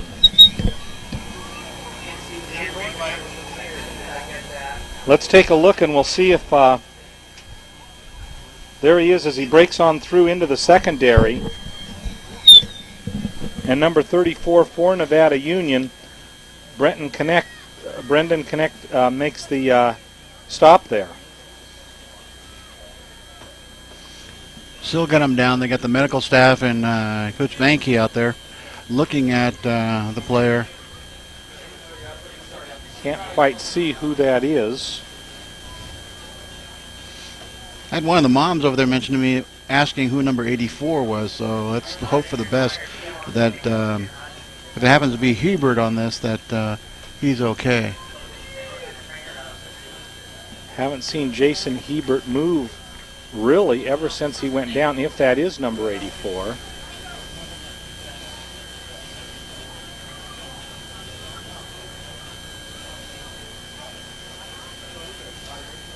Gil, maybe you can re-rack that play and see if we can see what happened there on that situation. And if we catch it, where, if that is Jason Hebert, where he went down. Here it looks like he's getting up here now. No, it looks like it's a... I don't think it is Jason Hebert. Came right down. That looks like it was 87. Yeah. 57. And if it's number 57, that's Nathan Story. Well, Nathan Story. And they've at least got him sitting up now. Yeah. Well, Nathan Story, boy, there's a big story behind him, boy. He has worked hard all preseason. One of the most comic kids you'll ever meet. There's one time we were having our practice preseason over there at Gilmore, and all the teams were working real hard there, and all of a sudden I looked at our water jug, and there was Mr. Story over there taking a drink there, just kind of like moseying around with the parents there, and his whole staff of the Pee-wees are over there practicing. So I tell you, he's a character. You know, Ron, if you're thirsty, you're thirsty. You're thirsty. And he went and got a drink, that's for sure. Well, and there he comes off. And that will allow, with a 1st and goal, I believe, yes, it is a 1st and goal for Woodcreek at about the 10-yard line. So Jetton takes it, hands it off on the second man through. And number 11, Gordon Nunley, again takes the ball. Jordan Nunley takes the ball, and he gets down to probably about the 4-yard line, about the 5. Looks like Woodcreek is going ahead and trying to just power the ball up the middle there. Again, trying to get the that 6-man or 7-man front there, getting NU to change it over to a typical so that possibly they can go on the outside. Now this is more apt to be some kind of a wide play here coming up. 2:19 to play. Third quarter of action here at Hooper Stadium, right and he takes it right on up the middle. Jetton does, and he goes in for the touchdown. Yeah, little quarterback keep play so there. Now there's a look that they haven't used all game long, Ron, in that situation, and Jetton takes the ball and just does it himself. Yeah, they by not having as many linebackers there to defend the middle there, boy, it makes them vulnerable. And so Woodcreek did the same thing as NU, is change up what they were doing, and were able to put some more points on the board. So they answered right back. So right here, it's real important there for NU to just to bounce right back there and march the ball down here.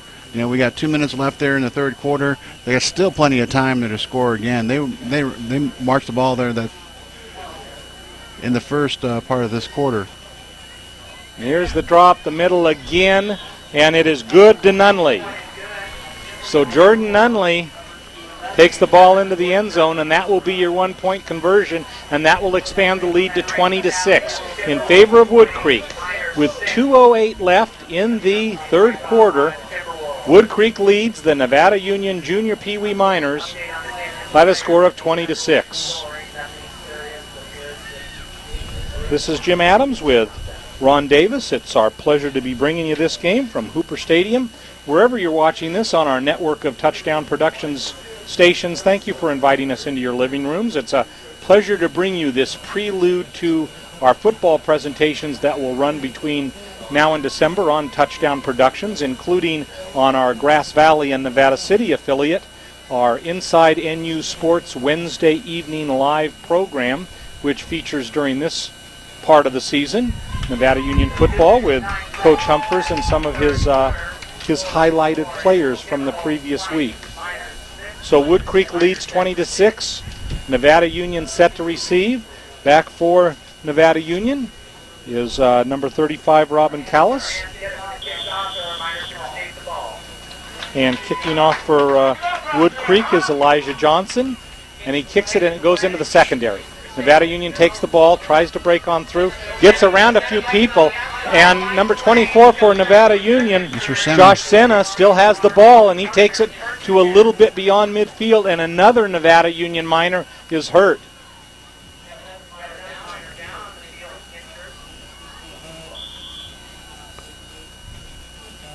So Josh Cena did a great job on that kickoff. He broke around the right side and gained some good yardage, and Nevada Union will open up this possession, their second possession of the third quarter, with 1 minute and 59 seconds to play, in pretty good position. Yeah, right at midfield, yeah.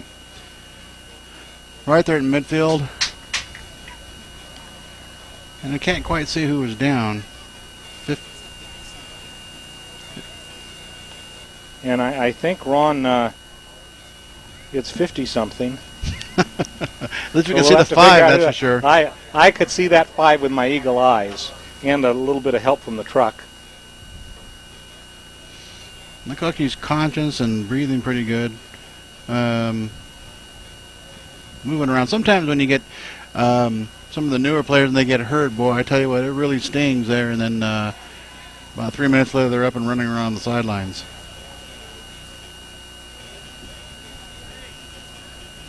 See, he's telling him what happened there, you see. Maybe just the wind got out of him. Oh, no, look at his knee.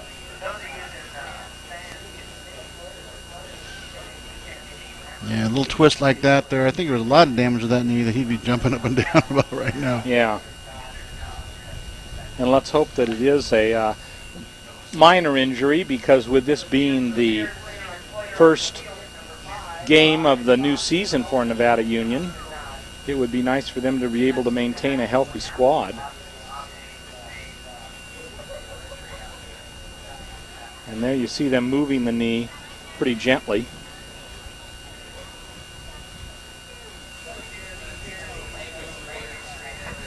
And the reports that might be Dawson Gopal.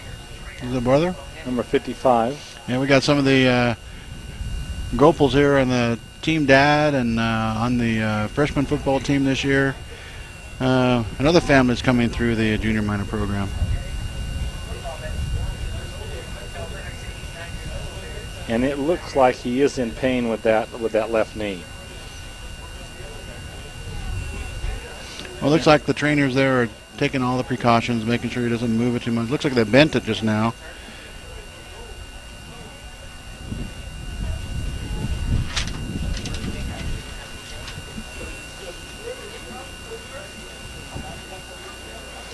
And put both teams off to the sidelines because it might take a little bit of time here just to make sure there that he's going to look okay. It looks like they're setting out to bring him up, and looks like he's going to have a little bit of a limp. They're going to help him off the field.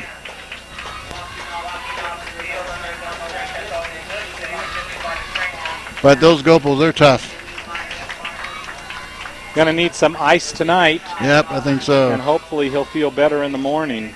What a tremendous family they have. The Gopals always volunteering, both the mom and dad. 1 year, dad was my team dad, and when I was coaching his older brother that's on the freshman team when he was a junior midget.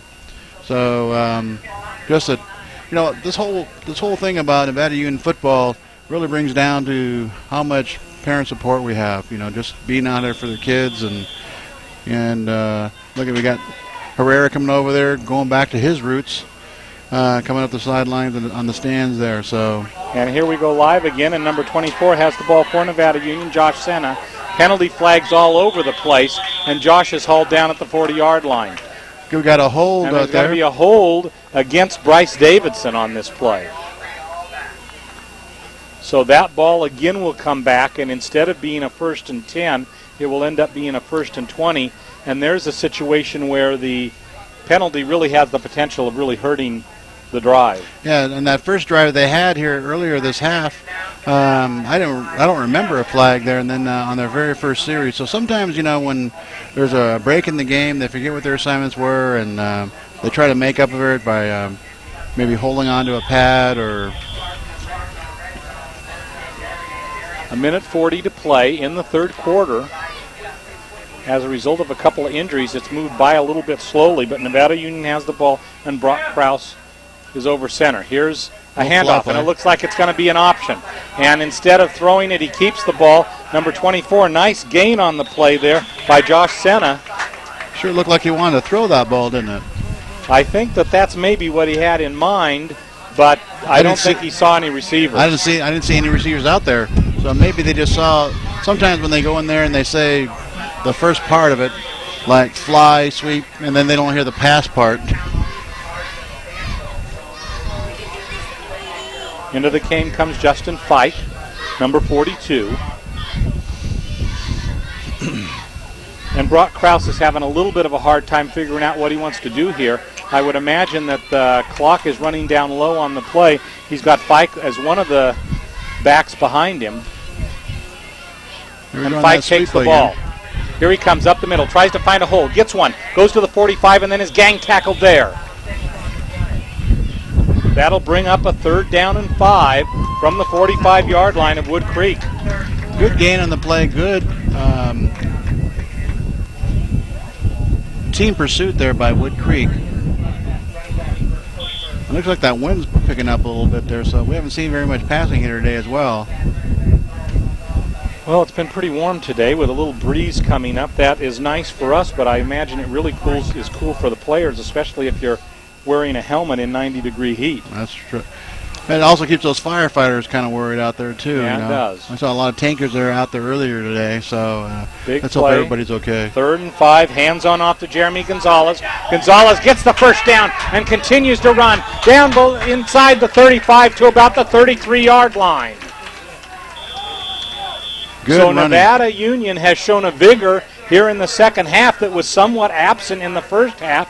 And on their first drive of the half, they take it to the end zone. And on this one, they have taken it from the 50. They've picked up their first down, and they have it inside the 35 at about the 33. And it looks like we brought us to the end of the third quarter. So, we have another 10 minutes left here of this particular contest. In that first half there again, NU was able to move the ball real well, but they weren't able to capitalize on anything in the first half. So let's go ahead and make sure that this right here we're able to capitalize. We're going to go the other way here now. I think one of the things that you said, Ron, that I think really came into play in the first half was that first game of the season, kind of some jitters, getting your football feet, and it took them a while to get going, and by the time they got going, they were down by 2 scores. They should have scored at the end of the first half. Right. I mean, but you can't look back upon that. They did take the opening kickoff of the second half, scored their first touchdown of the season, and although Woodcreek responded, NU is now in the middle of a serious drive at the 33-yard line as we commence the fourth quarter. NU trailing 20-6. So 1 touchdown, and they're right back in the game. There you go. 6 inches there to give another opportunity. So right now it's a game of what ifs right now. So they got to not focus on that part there and focus on the fact that they got to go ahead and score here early in this fourth quarter to give them enough time in order to come back there and have an opportunity to put themselves into either tie or win this game. Robin Callis and Cody Birch in the backfield.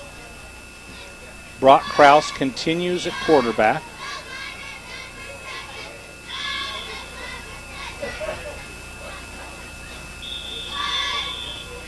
And a timeout is called by Woodcreek, I believe. Looks like they didn't have enough men. Let's see how many we got. Got 3, 6, 9, 10. Looks like they're 1 man short. Boy, I tell you, that might be a real costly timeout there for Woodcreek, especially if NU is able to come back and tie this. And it's not out of the question to go into overtime on this particular game. So I've seen it done before. How is overtime handled in the junior minors, Ron? They're just something very similar to the high school. They put the ball at the 10-yard line. They get, I believe it's the 10-yard or 25-yard line. No, it is the 10-yard line, and then they have an opportunity to run 4 plays in order to score. So if they score, then the other team has to come back and score, and then they go into overtime number 2. Or if it's really early in the season, they may just call it a tie. So here we go. NU's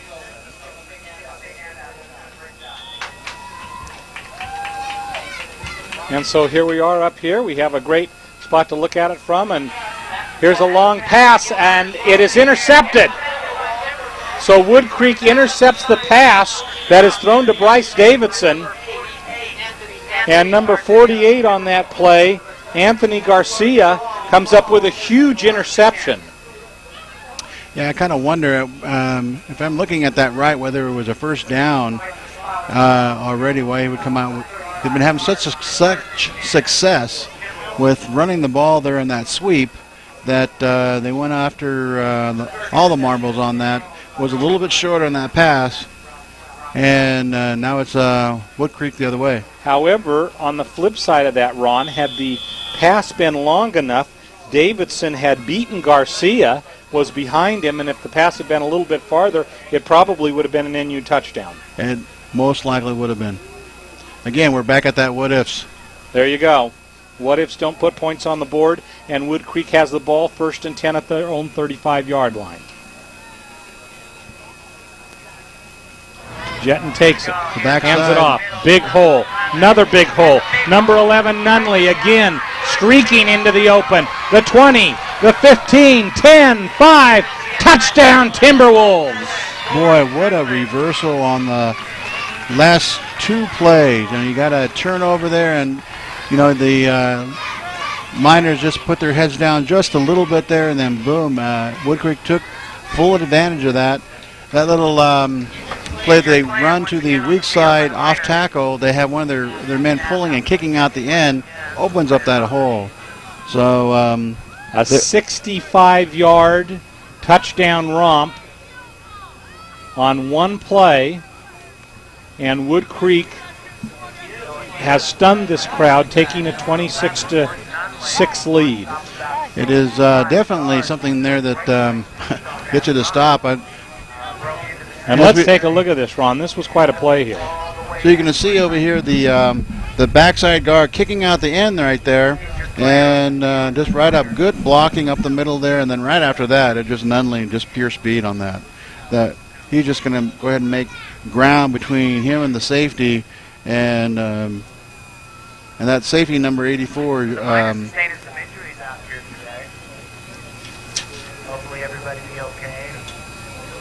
Well, Hebert, he's no slowpoke either. He's one of the fastest kids on that team. That's why he's back there. So something tells me that a few years down the road, we're going to hear Nunley's name a lot more often in the Sacramento area.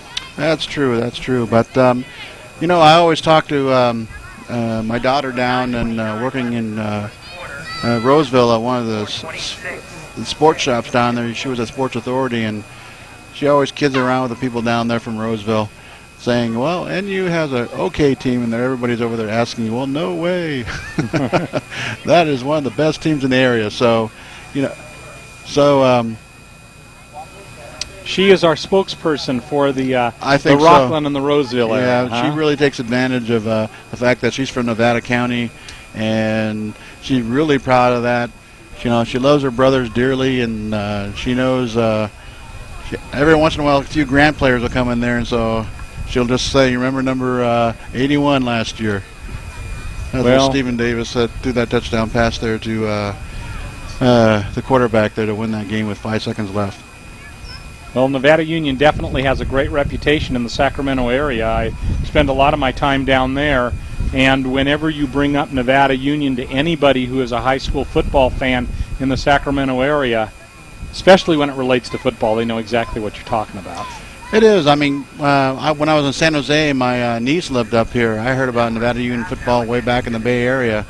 So just like we hear about De La Salle all the time, well, in the Bay Area they know. And then when they had that little matchup with De La Salle there a few years back, I think I was also the last time we scrimmaged Bear River was the last time we played De La Salle. It was a big game there, and even though we didn't come on top there with the varsity, but the JV were able to stun the JV crowd and win that game. That team hadn't lost in 5 years, so you know, we have a lot of things to be proud about. So it looks like we got a player down there still. Hope it's not too serious there for. Well, the one thing that I noticed is that as soon as the play ended and the touchdown was scored, the coaches ran right out onto the field. Oh, okay. Yeah, we got Woodcreek coach out there looking at him as well. I don't know if it's a Woodcreek player. No, it's an NU player. A Nevada Union player. You know, it's sure good to see that you know, the camaraderie, but even though we're opposing team, that where they're always concerned about the youngsters that are out there, want to make sure they're okay. So we got we got another gentleman coming out there from Woodcreek, wanting to make sure that they're okay. They're flagging somebody over there. This is Jim Adams, and it's our pleasure to bring you opening night here. I'm with Ron Davis, along with Gil Dominguez and our entire Touchdown Productions crew, bringing you this opening game of the Nevada Union football season featuring the junior miners. Ron, an assistant coach up in the area here, and it's our pleasure to be able to bring you this game. Nevada Union with 9:29 to play in the fourth quarter is trailing 26-9. Well, they definitely have their work cut out for them now. They're going to have to come back there and score quickly and shake off that last run by Nunley. Was that Nunley that ran that last play? Yes, it was. I understand that they have a mercy rule in this division. What is it? It's made specifically for the one opposing team that has a 30-point lead. So we're not quite there. They'd have to score a couple of more times before that mercy rule. Unfortunately, our junior P-words were put at that earlier today.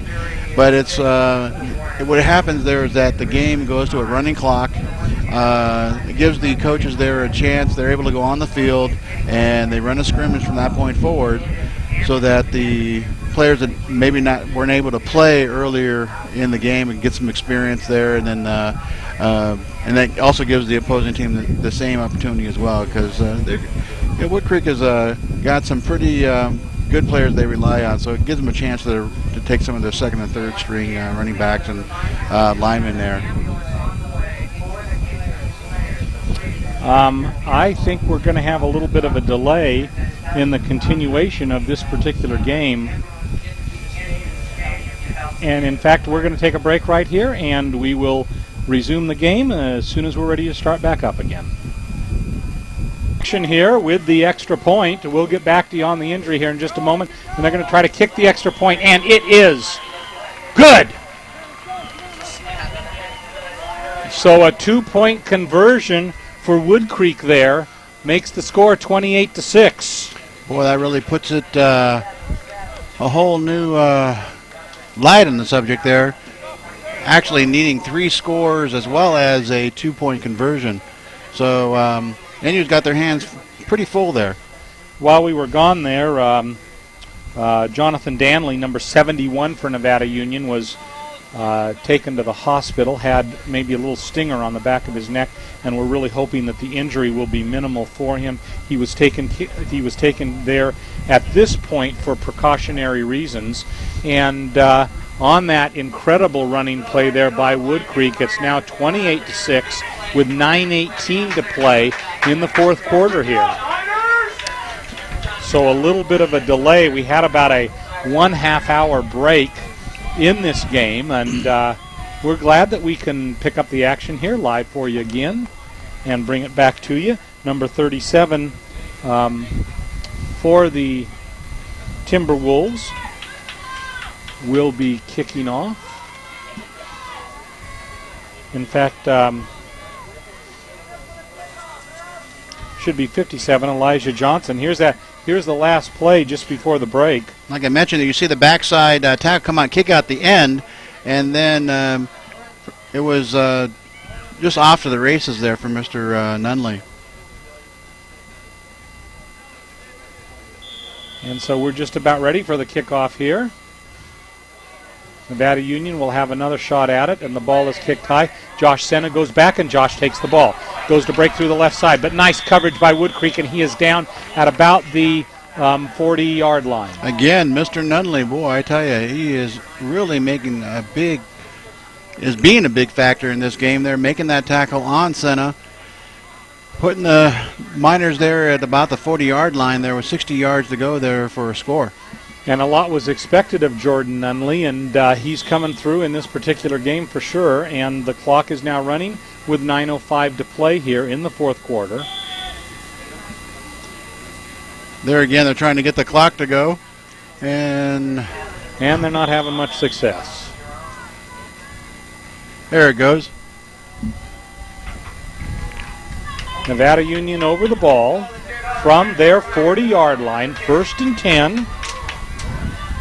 Brock Krause takes the ball. Handoff. Looks like it's going to be an option. It is, and he throws, and it is intercepted.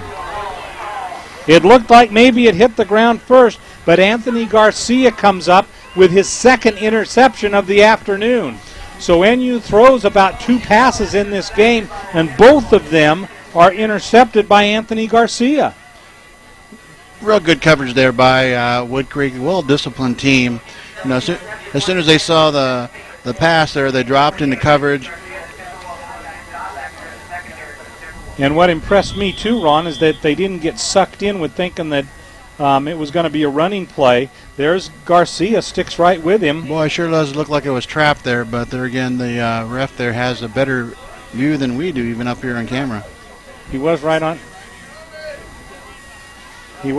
top of it, and wow. Well, we can't quite see it there. Here it comes now. A little slow. Looks like he got his hands just right underneath that. Isn't that something else?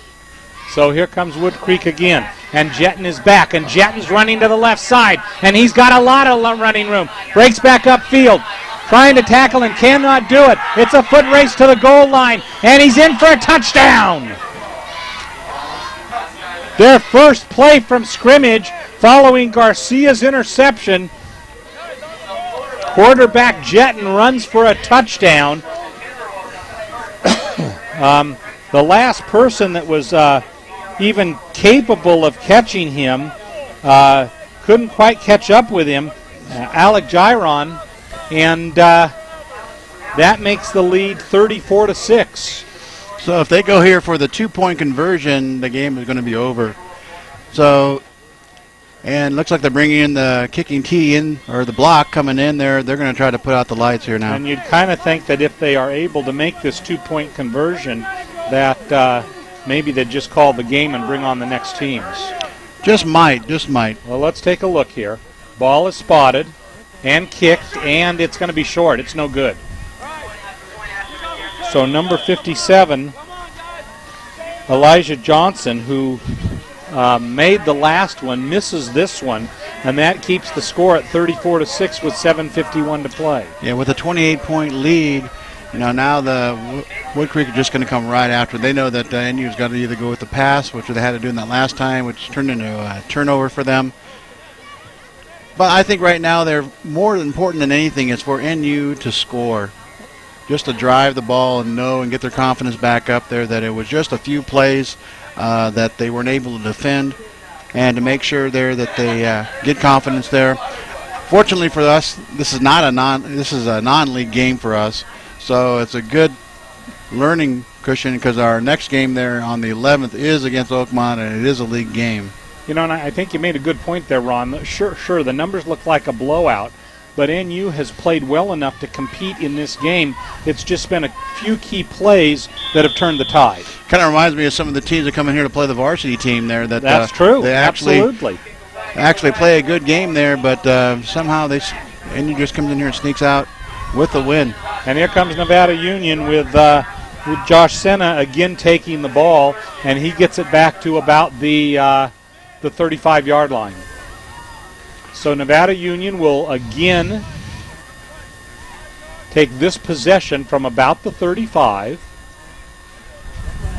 7:40 to play in the game here, and Josh Sena not a foreigner to touchdown productions, as we saw him in the Little League playoffs this year, didn't we, Ron? Yeah, that's correct. He made the 12-year All-Star, played for Nevada City.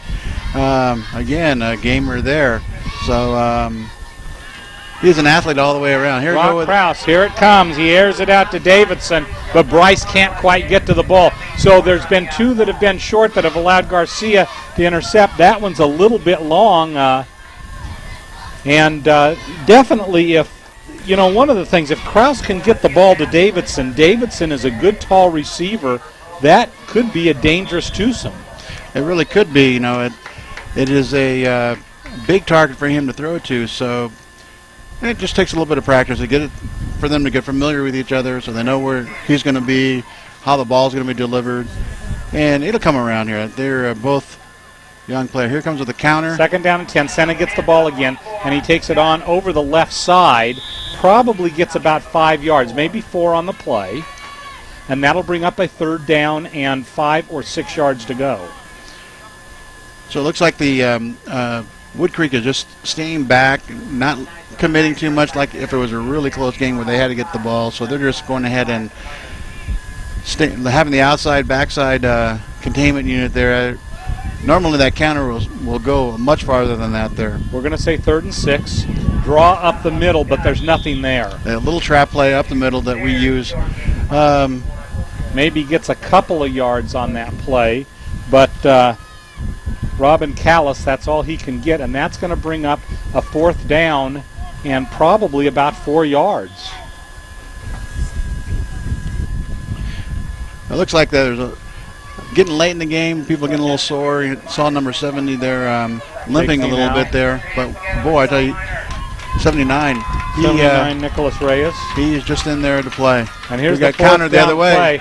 And looks like he has some room, but is tackled right about at the line of scrimmage, and the ball will be turned over to Woodcreek. So on that play, Justin Fite carrying the ball just couldn't quite get outside, and that's going to be a turnover to Woodcreek, and it'll be 1st and 10 for Woodcreek. Yeah. We've got 6:06 to play. Woodcreek in the lead, 34-6. Yeah, it looks like their defensive end, they're well disciplined, just shedded off the blocker that went out for him for that particular play. We have our guards coming out to kick out that end, and it looked like it was a man playing with a boy there for a second.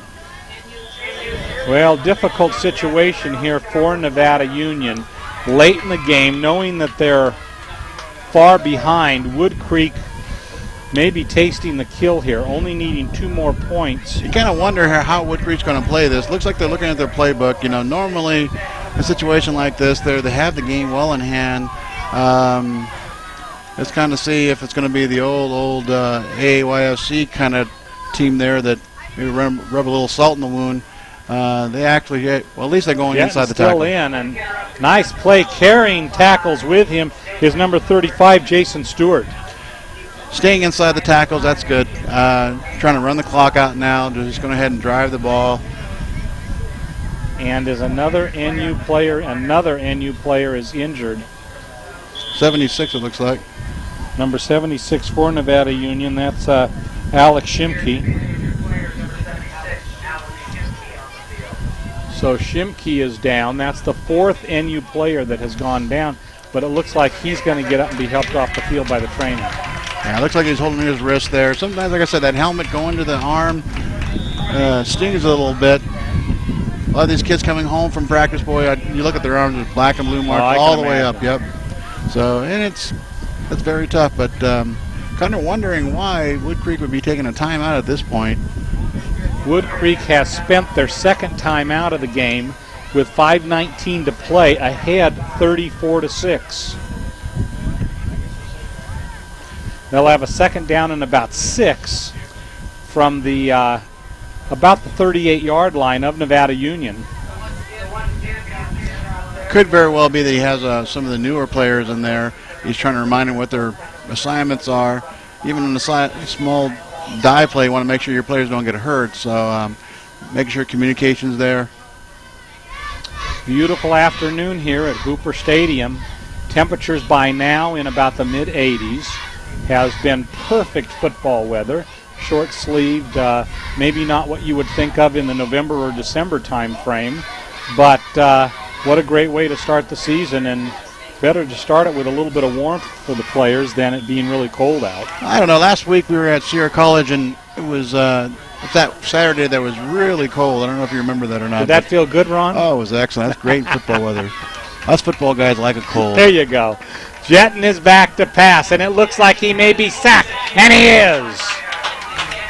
So Nevada Union, the combo of Bryce Davidson, number 1, and Nick Talbot, number 82, take Jetton down. So there again, it doesn't make a lot of sense there why Woodcreek is going to look in the pass, or maybe they're just trying not to run the ball. Maybe they're a little bit stronger in the run than they are at the pass. Well, and maybe they're at a point where they need to practice their passing game a little bit. Yeah, I did that a couple years ago, or actually several years against Placer. Boy, I tell you what, the head coach came right after me, thought I was trying to do something, but I said, I had the Herrera boys there in my backfield. I said, what would you want me to do? So I had a little JP throwing the ball. Jetton throws it incomplete, and obviously they're trying to practice their game. Kind of like in the Olympics, old Larry Brown there at the end with the coach from Spain. Did you see that the other morning? I didn't. Well, it was it lacked a little bit of sportsmanship, but I imagine by now Mr. Brown must be fairly frustrated. And here we will have a fourth down, 4th and 11 for Woodcreek, and let's see what they bring with in this situation. Jetton tosses it back to number 11, Jared Nunley. And Nunley can run a long ways, but he's tackled short of the first down, and Nevada Union will take over the ball. So on downs, Nevada Union takes it over, and with 4:26 to play, behind 34-6, they're going to have one more opportunity here for a score. Let's see if Nevada Union can go ahead and use this little bit of time they have left in this game to go ahead and, again, work on their plays, make sure that they leave out here on a positive note. And it would be nice, Ron, if they could take this drive and put another score on the board, at least for confidence purposes. Well, they all know that they should have been a lot closer in this game there. A few mix-ups. Sure, they go on the pass Krause again. Back. He has Davidson deep. Davidson now trying to get, and instead he throws it right to number 24, Josh Cena, and Cena drops the ball. Yeah, a little bit high up. It's, a lot of the kids there I found out there in this level there is like to catch the pass on their shoulder pads. And it looks like that one came up a little high. And Josh, who's been pretty reliable on this particular pass play, had a little bit of trouble, Ron. Yeah, it looks like Josh here again, maybe a little shadow there from the receiver in front. Hit him a little high, and that's always tough to catch when somebody's flashing right in front of you and then the ball's right behind it. So that'll make it 2nd and 10. We've gone to the passing game now here. Brock Krause fakes the handoff. In fact, does make the handoff and breaking up the middle. I think it was Josh Cena, but I may be mistaken. No, it wasn't Josh Cena. It was Robin Callis. So a nice gain for Nevada Union. That'll bring up a third down and about 3. Little play from the high school there, a little delay. Usually that's a little Ryan or Rich Herrera there in that wraparound draw. And need to gain a few hundred pounds there in order to be able to do that like Ryan does. At the 42, third down. Gives the ball off to Patrick Chappell, and Chappell takes the ball and is close to a first down, and I think he got it. It looks like from here he does, number 9. So Patrick Chappell on that play does a nice job and takes the ball out to the 40, a little bit beyond the 45-yard line. First and 10, clock is running, 3:10 to play in the fourth quarter. Brock Krause gives off. Nice play. This could be a good play for Nevada Union. Robin Callis trying to break out into the open and is finally taken down at the 30-yard line. So excellent run in there by on Callis. That play gets a good gain for Nevada Union and is finally hauled down from behind by Elijah Johnson.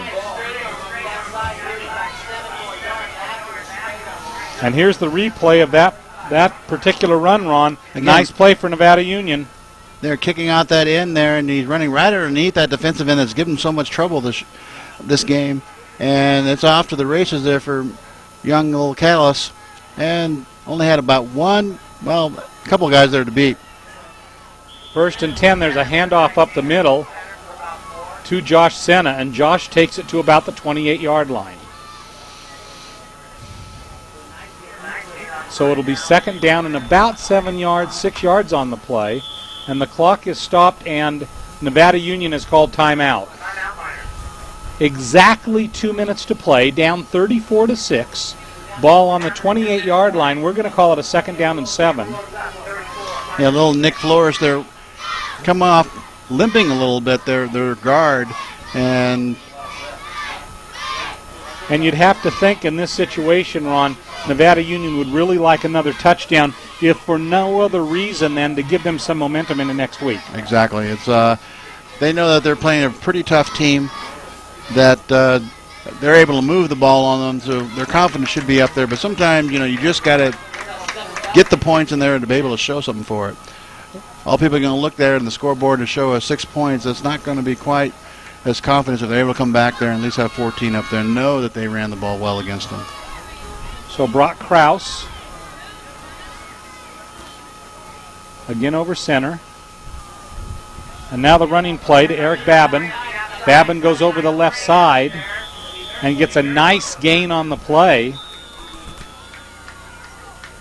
And that'll bring up, I think, a third down. And Nevada Union takes timeout. And another timeout by NU. So NU will have one more timeout left. Behind 34-6 with 1:58 to play.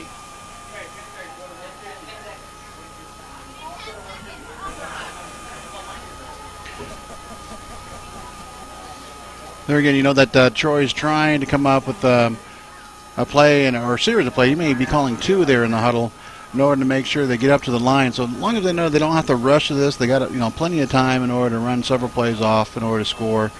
Not put too much pressure on themselves. They need to get the first down first. First down would be at about the 20-yard line. Ball is at about the 23. It's going to be third down and 3. One timeout remaining for NU. Over the right side, stutter step, makes the first down on the second effort. Excellent feet. I think Mr. Humphers would be really happy with him. Robin Callis on the play. Nice carry and gets the first down. Clock continues to run. 1.5 minutes to play. First and 10, ball at the 20.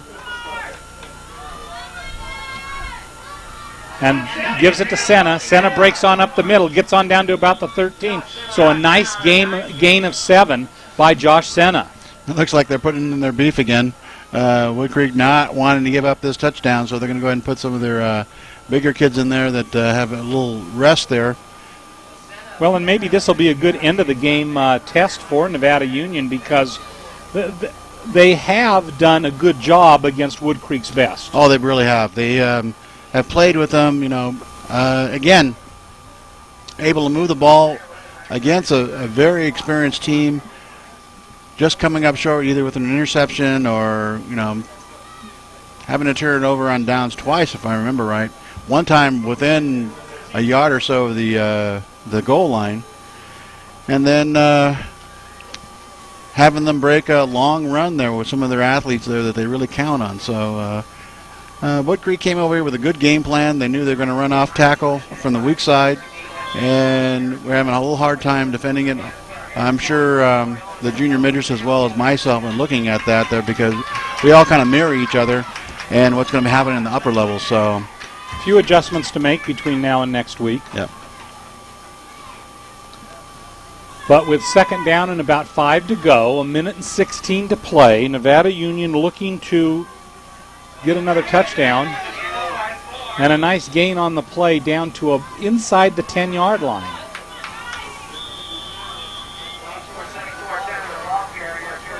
Right at the 10, and Nevada Union's going to line up right under the ball. First down and goal from the 10-yard line. And they're trying to get the clock started again. Finally they do. And the referee's making them wait for a couple of seconds to make up for the delay. And there's a fumble. And fortunately for Nevada Union, Robin Callis notices it and jumps right on top of it. That'll be a second down, and they line up again over the ball. 58 seconds to go in the game. Brock Krause takes it and downs it. So he stops the clock, and there'll be a third down and about 9 yards to go. Third and goal from the 9. So they've got two shots at getting it into the end zone, and that would be a nice way for them to end the game. 47 seconds to play. Brock Krause gives the ball off to Cena. Cena breaks a tackle, breaks another, gets back down to about the 1-yard line. Clock is running. Clock is not running. 46 seconds to play. There it goes. And it's fourth down. I hope he isn't telling him to ground the ball. And he runs up the middle, and he's in for a touchdown. So Brock Krause calls his own number, does it himself, and goes into the end zone for the touchdown that makes it 34-12. They're definitely a happy bunch of group of kids there. I saw number 35, who was that? Robin Callis do a cartwheel out in the end zone. So they were definitely happy with that. So maybe he needs to be in one of those gymnastics tournaments. Huh? I think so. He was jumping up and down. So they're going to go ahead. So here comes the conversion, hands off, and should go in, and does. So they get the 1-point conversion there on the run by number 42, Justin Fike. And with 27 seconds to play, Nevada Union has gotten their second touchdown of the game.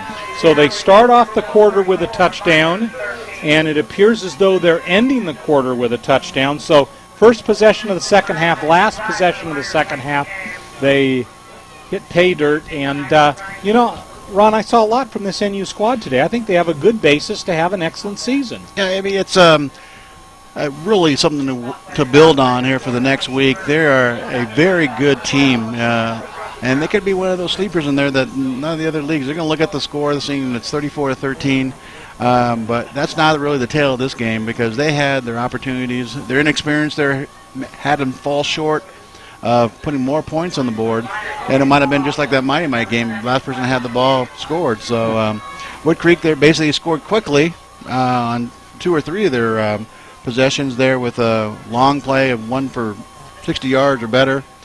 So here we go. We're going to probably see a little onside kick here coming up. good time to work on it. Good time for Woodcreek to defend against it. Bryce Davidson to kick off. You got Troy there on the sideline. They're telling him where to kick it. Looks like it's going to come over on the near side of the field. And he boots it. And it goes over his head. And it rolls. And it's still loose. But I think Woodcreek came up with it. I think so, too. We had our chance at it. And they did. You see Troy over there on the sideline saying, doggone it, because he had a shot at it. And the ball was a great onside kick there. Bounced just like you wanted to. It went right over the first player's head. Bounced right over his head. Yep, that's right. So you teach your linemen there not to catch it, to fall on it, knock it back down. So a little something for Woodcreek to work on as well in defending that. Unfortunately for us there, it bounced right. The second one went right into the back's hand. So we're probably going to see somebody kneel down or not even get a play off here. Nope, that'll be the last play of the game, and the clock has expired. So Woodcreek makes an impressive showing in their first game with a 34-13 20-point victory over the Nevada Union Junior Miners in this opening game of the Nevada Union season. See you running it.